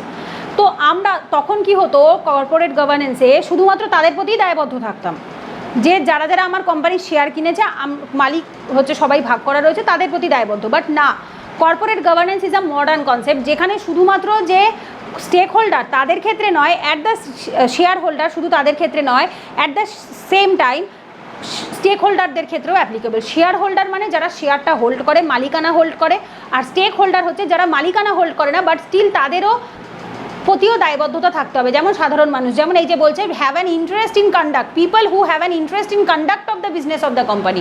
যে ব্যক্তির ওই কোম্পানিতে ইন্টারেস্ট ছিল, ব্যবসা করবে বা সেখানে হয়তো কিছু টাকা লাগাবে, যেটা মিউচুয়াল ফান্ড বা ডেভেঞ্চার্স এগুলোর ক্ষেত্রে হয়ে থাকে। ইকোনমি পড়লে আমরা বুঝতে পারবো এই ধরনের জিনিস ইকোনমিতে ডিটেলে বোঝানো থাকে। সো যাই হোক, তো তাদের যে ইন্টারেস্টটা সেটাকেও দেখবে, শুধুমাত্র যে যারা শেয়ার হোল্ডার তাদেরটা নয়, বাকি সকলেরটাই দেখবে। দ্যাট মিনস হচ্ছে এটার বাউন্ডারি ইজ বিগ। যদি বলা হয় যে কর্পোরেট গভর্নেন্সের যে ইয়েটা, বাউন্ডেশনসটা বা এটা অনেক ওয়াইড, এটা অনেক বড়, ঠিক আছে, এটা অনেক ইস্যুসগুলোকে কভার করে থাকে।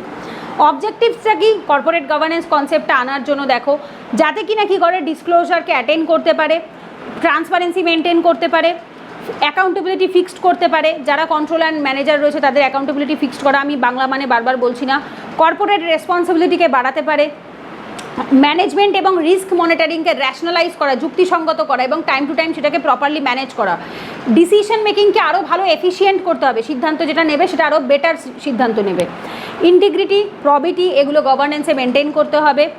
আর ওভারঅল অবজেক্টিভ কি, যেমন দেখো এগুলো সব যদি মেনটেন হয় তাহলে সেই কোম্পানি বা কর্পোরেটের ওপর তোমার বিশ্বাস হবে কি হবে না, কনফিডেন্স বাড়বে কি বাড়বে না, অবশ্যই বাড়বে। সো কনফিডেন্স বাড়বে। কর্পোরেট ফ্রড বা হচ্ছে তোমার ওই নেপোটিজম, করাপশান এই ধরনের যেগুলো হয়, বা ওই যে অনেক আমরা দেখেছি না আগে, ওই যে কী বলে এনপিএ ক্রাইসিস, ব্যাঙ্কগুলো নন পারফর্মিং অ্যাসেটের যে ক্রাইসিসগুলো ভোগ করে because of this kind of corporate governance, যদি ঠিকঠাক ফেল করে তখন এই যে তোমার নীরব মোদি, মেহুল চোকসি, বিজয় মালিয়া এরা যে সমস্ত ফ্রডগুলো করে পালিয়েছে, তো এই লোকগুলো আসে কোথা থেকে, কর্পোরেট সেক্টর থেকে। এদের আনএথিক্যাল ইস্যুজের জন্য এখন দেশকে অর্থনৈতিক সমস্যার মুখে পড়তে হয়েছে, কারণ আলটিমেটলি এই কর্পোরেটগুলো তো অ্যাকচুয়ালি লোন নিয়ে থাকে না ব্যাংকের থেকে, আর এই পয়সাটা আসে কোথা থেকে, দেশের টাকার থেকে আসে, আর দেশের টাকায় ক্ষতি হওয়া মানে ন্যাশনাল ইন্টারেস্টে বাধা। সো দ্যাট মিনস এটা বিং অ্যান্ড সিভিল সার্ভেন্ট, এটা আমাদের দায়িত্ব থাকে যেন দেশের অর্থনীতি কোনোভাবে নষ্ট না হয়। এরপর আসে হচ্ছে হিস্ট্রি অফ কর্পোরেট গভর্নেন্স। এখানে কিছু ডেটা আছে, even corporate governance in India যে জায়গাটা রয়েছে এগুলোও কিছু ডেটা ওরিয়েন্টেড, মানে কিছু ফ্যাক্টস আছে তোমাদেরকে মুখস্থ করতে হবে। যেমন দেখো ওয়াটারগেট স্ক্যান্ডাল যেটা 1970-এর দশকে হয়েছিল কোথায়, ইউএসএতে, এইটা অ্যাকচুয়ালি ফুটিয়ে তুলেছিল বা মানুষের সামনে এনেছিল যে কীভাবে কর্পোরেটে ফেলিওর যদি হয় তাহলে কী কী সমস্যার সম্মুখীন মানুষ হয় বা কী কী প্রবলেমের মুখে পড়ে। এরপর ইলিগাল পলিটিক্যাল কন্ট্রিবিউশনস তো সেই সময় ছিল, এটা ইউএসএতে, ইন্ডিয়ার নয়। 1980-র দশকে ইউএসএতে আবার কিছু ফেলিওর দেখা যায়, কিছু বিজনেস ফেলিওর দেখা যায়। দেন ইউকেতে Bank of Credit and Commerce International স্ক্যান্ডেলের সাথে যুক্ত হয়ে যায় কর্পোরেট মডার্ন কর্পোরেট গভর্নেন্সের, ওই সময় থেকেই জন্ম হয়। কবে এটা, ইউকেতে Bank of Credit and Commerce international scandal, এই ঘটনাটা ঘটার পর থেকেই প্রথম কনসেপ্ট আসে মডার্ন কর্পোরেট গভর্নেন্সে, যেখানে World Bank is one of the earliest organisations. World Bank যেটা রয়েছে, বিশ্ব ব্যাঙ্ক বলা হয়ে থাকে, তারা প্রথম earliest organisations to study the issue of corporate governance, তারা প্রথম এটাকে স্টাডি করে। করার পরে তারা মেন কী করে দেখো, ইনক্লুড করে focusing on the principal such as transparency, accountability, fairness, responsibility in the universal Indian application. মানে আমি আর বোঝালাম না, আশা করি আর বোঝাবার দরকার নেই, অনেকবার পড়ে ফেলেছি, একবার নয় কম করে 100 বারের বেশি আমরা পড়ে ফেলেছি এই টপিকগুলো। এরপর আসে কর্পোরেট গভর্নেন্স ইন ইন্ডিয়া। ইন্ডিয়াতে স্টার্ট হয় কার মাধ্যমে, সেবির মাধ্যমে, যেটা আমি একটু আগে বলছিলাম না, ইকোনমি হলে ইকোনমিতে তোমরা এটা পড়বে, Security and Exchange board of India, that is call SEBI, 1999 থেকে এটা স্টার্ট হয়। এইবার এই যে জিনিসটা আমি বললাম না একটু আগে, মিউচুয়াল ফান্ড, ডেবেঞ্চার্স, তারপর হচ্ছে capital market, money market, share market, stock market, এই ধরনের চ্যাপ্টার ইকোনমিতে পাবে, আমার নোটেও পাবে, যে কোনো বইয়ে পাবে। এবং অ্যাট দ্য সেম টাইম এটা ইকোনমি যারা পড়েছো তারা জানবে, যারা পড়োনি তারা পড়বে সামনে, ডোন্ট ওয়ারি। তো এইগুলো কর্পোরেশনসকে দেখে থাকে, কোম্পানিকে দেখে থাকে, কর্পোরেট অ্যাফেয়ার্সগুলোকে ম্যানেজ করে থাকে। সো সেবি ইজ ইন্ডিয়াতে এটা আলটিমেট অথরিটি এই বিষয়ে, ঠিক আছে। একটা কমিটি গঠন করে কুমার মঙ্গলম বিড়লা, এই কমিটিটার নাম ছিল, মানে যে ব্যক্তির নাম থাকে সেই ব্যক্তির চেয়ারম্যানের নাম অনুসারে কমিটির নাম হয় সবসময়। এরা মেন হচ্ছে গুড কর্পোরেট গভর্নেন্সের ইস্যুটাকে, স্ট্যান্ডার্ডটাকে মেন রেইজ করে ইস্যুটা। এখানে 3টে কি কনস্টিটিউয়েন্টের কথা বলা হয়, কি কি, রোল এবং রেসপন্সিবিলিটি, দায়িত্ব এবং দায়িত্বভার। আর একটা হচ্ছে their right and context of good corporate governance, তাদের কী কী অধিকার আছে গুড কর্পোরেট গভর্নেন্সের ক্ষেত্রে, এবং রেকগনাইজড বাই দ্য কমিটি, ঠিক আছে। সো এইগুলোকে হচ্ছে কি করছে, কমিটি রেকগনিশন দিচ্ছে। আচ্ছা, এরপরে আসে হচ্ছে মনে রাখবে share holder and board of director and the management, এইটা একটুখানি মাথায় রেখো যে কারা কারা মানে স্টেক হোল্ডার হয় আর কি। আর এখান থেকে মনে রাখবে সেরকম আর খুব একটা কিছু বেশি নেই, অত ডিটেলের দরকার পড়বে না। এবং কমিটিতে কী কী সলিউশন দেওয়া হয়েছে, যেটা জিএস পেপার 4-এর পয়েন্ট অফ ভিউ থেকে ইম্পর্টেন্ট নয়। ইভেন বইয়েও লেখা আছে, list is technical but not needed for ethics paper per se, ঠিক আছে। মানে কিছু এগুলো ইকোনমির পয়েন্ট অফ ভিউ বা হচ্ছে যারা তোমার শেয়ার হোল্ডিংয়ের মার্কেটের ইন্টারেস্ট রাখে তাদের জন্য। এরপর আসে এথিক্যাল ইস্যুস। যদি গুড কর্পোরেট গভর্নেন্স ঠিকঠাকভাবে মেনটেন না হয় তাহলে কী কী প্রবলেম ফেস করতে হয়। ফার্স্ট আসে দেখো related party transactions. Related party transactions মানে কি, ট্রানজ্যাকশনস বিটুইন টু পার্টিজ যারা কিনা ওই কোম্পানির সাথে রিলেটেড রয়েছে। Company and it's related party such as to director or to their relatives, মানে ডিরেক্টর এবং তার যে রিলেটেড লোকজন রয়েছে, মানে তার সাথে যুক্ত, রিলেটেড মানে কি যুক্ত, তার আত্মীয় হতে পারে, বন্ধু হতে পারে, তাদের মধ্যে যে ট্রানজ্যাকশনস হয় সেটাকেও দেখতে লাগে। কারণ ওগুলো দেখলেই বোঝা যায় যে কোনো রকম ব্ল্যাক মানি ইনভলভ আছে কি নেই, কে কতটা কীভাবে ট্রানজ্যাক্ট করছে, কাকে কতটা ফ্রিকোয়েন্টলি টাকা পাঠাচ্ছে ফ্রিকোয়েন্ট টাইমে, সেইগুলো দেখলে বোঝা যায়, ঠিক আছে, যে তারা আদৌ সেটা ফেয়ার ওয়েতে করছেন নাকি আনফেয়ার ওয়েতে। Insider trading. ইনসাইড কথাটা মানে ভেতরের লোকজন জানে মার্কেট কখন ভালো চলে কখন খারাপ চলে। দেখো আজকে যে আলুর ব্যবসা করে বা যে মুদি দোকান চালায় তারা দেখবে জিজ্ঞেস করে, তারা জানে যে কখন তেলের দাম বাড়বে, কখন আলুর দাম কমবে। এইবার বিষয়টা হচ্ছে তারা যদি সেইটা সুযোগ নিয়ে নিজেরা আগে থাকতে হোর্ডিং করে রেখে দেয়, ব্ল্যাক মার্কেট করে রেখে দেয়, জিনিসপত্র কিনে রেখে দেয়, বা যে সময় জানে যে দাম বাড়বে, চড়া দাম হবে, সেই সময় তারা জিনিসগুলো বিক্রি করে, যখন কমে যায় তখন সেই জিনিসগুলোকে স্টোর করে, এই যে বিষয়গুলো, এইগুলোকে ইনসাইডার ট্রেডিং বলে। এটা ইকোনমির ক্ষেত্রেও হয়। যারা শেয়ার হোল্ডিংয়ের মার্কেটের সাথে যুক্ত থাকে বা স্টক মার্কেটের সাথে বা মিউচুয়াল ফান্ডে এই সমস্ত মার্কেটের সাথে যারা যুক্ত থাকে তারা জানে। সো এরা নিজেরাই যখন ট্রেড করে, দ্যাট মিনস হচ্ছে কি এরা তো জানবে বাকি বাইরের লোকের থেকে, তো that is a kind of a unfair way না। তো তুমি জেনে জিনিসটা করছো। লাইক একটা এক্সাম্পল বলি, ধরো তোমাদের যখন আমি মক টেস্ট নিলাম, একটা কথার কথা, মক টেস্ট নিলাম এবং মক টেস্ট দিয়ে আমি নিজেও সেই মক টেস্টে দিলাম, আমিই প্রশ্ন তৈরি করলাম, করে আমি মক টেস্ট দিলাম, দিয়ে আমি যে মার্কসটা পেলাম সব থেকে হায়েস্ট মার্কস, সেটাই আমি বললাম দেখো আমি তোমাদের থেকে বেশি পেয়েছি। এটা কি ফেয়ার হয়? না, বিকজ আমি প্রশ্ন তৈরি করেছি, আমি জানি ভেতরে কী আছে না আছে, আমি পড়িয়েছি, আমি কেন তোমাদের সাথে কম্পিট করতে যাব? কখনোই করবো না। অবশ্যই করতে পারি, যদি এটা বাইরের কোচিং ইনস্টিটিউটের মক টেস্ট দিই তখন করতে পারি, বাট আমার নিজের তৈরি করা কোশ্চেনে যদি আমি করি তো that is kind of a unfair way না। তো insider trading is like a trading of a company security based on the non public information, যেটা বাইরে বেরোয় না, যেটা ভেতরে যারা থাকে তারাই জানতে পারে, ঠিক আছে। Practice can give insider an unfair advantage over other investor and can harm the integrity of the financial markets, financial মার্কেটের ইন্টিগ্রিটিকে ক্ষতি করে, হার্ম করে, কারণ একজন ইনসাইডার সে যেটা সাধারণ মানুষের কাছে যে ইনফরমেশন নেই সেটা তার কাছে থাকবে। ব্রাইবেরি অ্যান্ড করাপশন, এটা তো প্রচুর আমরা নিউজে দেখতে পাই, প্রচুর পরিমাণে এরা ঘুষ এবং করাপশনের কেসের সাথে যুক্ত থাকে। যেমন bribery and corruption can undermine the fairness and transparency of the good corporate governance. So এটা একটা মেজর ইস্যু বলতে পারো, মানে ঘুষ নেওয়া এবং করাপশন করা। ডিসক্লোজার অ্যান্ড ট্রান্সপারেন্সি, এটা খুব ইম্পর্টেন্ট। ডিসক্লোজার জিনিসগুলো সকলের সামনে অ্যাভেলেবেল হবে, সবার কাছে ইনফরমেশন প্রপারলি থাকবে, ট্রান্সপারেন্ট হবে, স্বচ্ছভাবে হবে, তবে গিয়ে আমরা বলতে পারি যে হ্যাঁ সেটা গুড কর্পোরেট গভর্নেন্সের আন্ডারে পড়ে। আর ল্যাক অফ ট্রান্সপারেন্সি যদি থাকে সেখানে ফিনান্সিয়াল রিপোর্টিং আদার বিজনেসের ক্ষেত্রে সেটা কখনোই ভালো নয়। Board composition and independence, board কম্পোজিশনে কারা কারা থাকতে পারে, কারা থাকতে পারে না, কাদের কতটা স্বাধীনতা, এগুলোও যথেষ্ট ম্যাটার করে। যেমন দেখো কি বলছে, কোম্পানির board of director can affect the quality of the good corporate governance. তো যে ব্যক্তিকে কোম্পানির মানে চেয়ারম্যান বানাচ্ছ বা ডিরেক্টর বানাচ্ছ, সে কতটা ফেয়ার, সে কতটা ট্রান্সপারেন্ট, অ্যাকাউন্টেবল, সেটা ভীষণভাবে ম্যাটার করে। কারণ গোড়ায় যদি গলত থাকে, আসল যে হেড সে যদি খারাপ থাকে, তো স্বাভাবিক সেখানে করাপশন ঢুকবেই। কিছু সলিউশনও দিয়েছে, প্রবলেম তো অবভিয়াসলি এগুলো, এইবার তার উপর বেস করে কিছু সলিউশন আছে। যেমন প্রথম সলিউশন বলে কি, স্ট্রেনথেনিং রেগুলেটরি ফ্রেমওয়ার্ক, রেগুলেট করা, রেগুলেশনস থেকে আসে। দ্যাট ইজ হচ্ছে যখন তোমরা কোনো লজ আনছো অ্যাবাউট ফিনান্সিয়াল মার্কেটস, সেটাকে প্রথম থেকেই কন্ট্রোল করো, তার যে ডিটেলসগুলো দেওয়া হচ্ছে সেগুলো প্রথম থেকেই ইলাবোরেটিভ ওয়েতে বলা থাকুক যে এই কাজের জন্য এই শাস্তি হবে। তাহলে কি হবে, মানুষের মনে ভয়টা তৈরি হবে যে সে কাজটা সেরকম কিছু করবে না। যার জন্য দেখো সেবি 2013 সালে একটা কোম্পানিজ অ্যাক্ট রেজিস্ট্রেশন, যেটা যে কোনো দেখবে তার আন্ডারে কোম্পানিগুলোকে রেজিস্টার করাতে হয়। যে তোমরা দিল্লিতে যত আইএসের কোচিং দেখো না, these all are register under the companies act, ঠিক আছে। এই যে দেখো এক্সচেঞ্জ বোর্ড অফ ইন্ডিয়া কী করছে, সেবি 2013 সালে কোম্পানিজ অ্যাক্ট পাস করায়। এছাড়া হচ্ছে তোমার সেবি রেগুলেশন 2015 সালে একটা অ্যাক্ট পাস করায়, যেগুলোতে কর্পোরেট গভর্নেন্সের কিছু রেগুলেশনস বলে দেওয়া হয়েছে, কিছু প্রিন্সিপালস বলে দেওয়া হয়েছে, সেটাকে মাথায় রেখে কোম্পানিকে তার আন্ডারে রেজিস্টার করাতে হয়।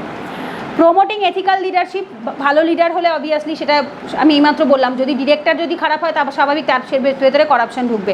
সো যদি এথিক্যাল লিডারশিপ, ট্রেনিং, সাপোর্ট, মরাল জিনিসপত্র তাদের ভেতর আগে থাকতে ইনকালকেট করা হয়, তা স্বাভাবিকভাবে কী হবে, সেখানে করাপশন কম হবে। আচ্ছা, এই যেমন এক্সাম্পলে টাটা গ্রুপের কথা বলেছে, টাটা গ্রুপ একটা ট্রেনিং প্রোভাইড করে। Tata group has establish a tata code of conduct, যেটা কিনা এথিক্যাল প্রিন্সিপাল, ভ্যালুজ এগুলো প্রোভাইড করে থাকে। এরপর আসে এনহান্সিং ট্রান্সপারেন্সি অ্যান্ড অ্যাকাউন্টেবিলিটি, স্বচ্ছতা এবং দায়বদ্ধতা মেনটেন করার জন্য এই মেজারগুলো নেওয়া হয়ে থাকে। কিছু ডিসক্লোজার মেজার থাকে, যেমন দেখো increasing disclosure requirement, whistle blower protection, implementing monitoring ethical standards, যেগুলো অলরেডি আমরা মানে পড়েছি, আমি আর মানে যাচ্ছি না। এক্সাম্পলটা বেশি ইম্পর্টেন্ট, ইনফোসিস একটা এস্টাবলিশ করেছে এথিক্স হেল্পলাইন নাম্বার, যেখানে তুমি যদি ধরো কোনো রকম কোনো আনএথিক্যাল কিছু দেখতে পাও কোম্পানির মধ্যে, নিজেকে আনঅ্যানিমাসলি রেখে তুমি তোমার ইস্যুটাকে হুইসেল ব্লোয়ার হিসাবে তুমি ওখানে জানাতে পারো। এটা ইনফোসিস কোম্পানি করেছে। এরপর আসে অ্যাড্রেসিং কনফ্লিক্ট অফ ইন্টারেস্ট।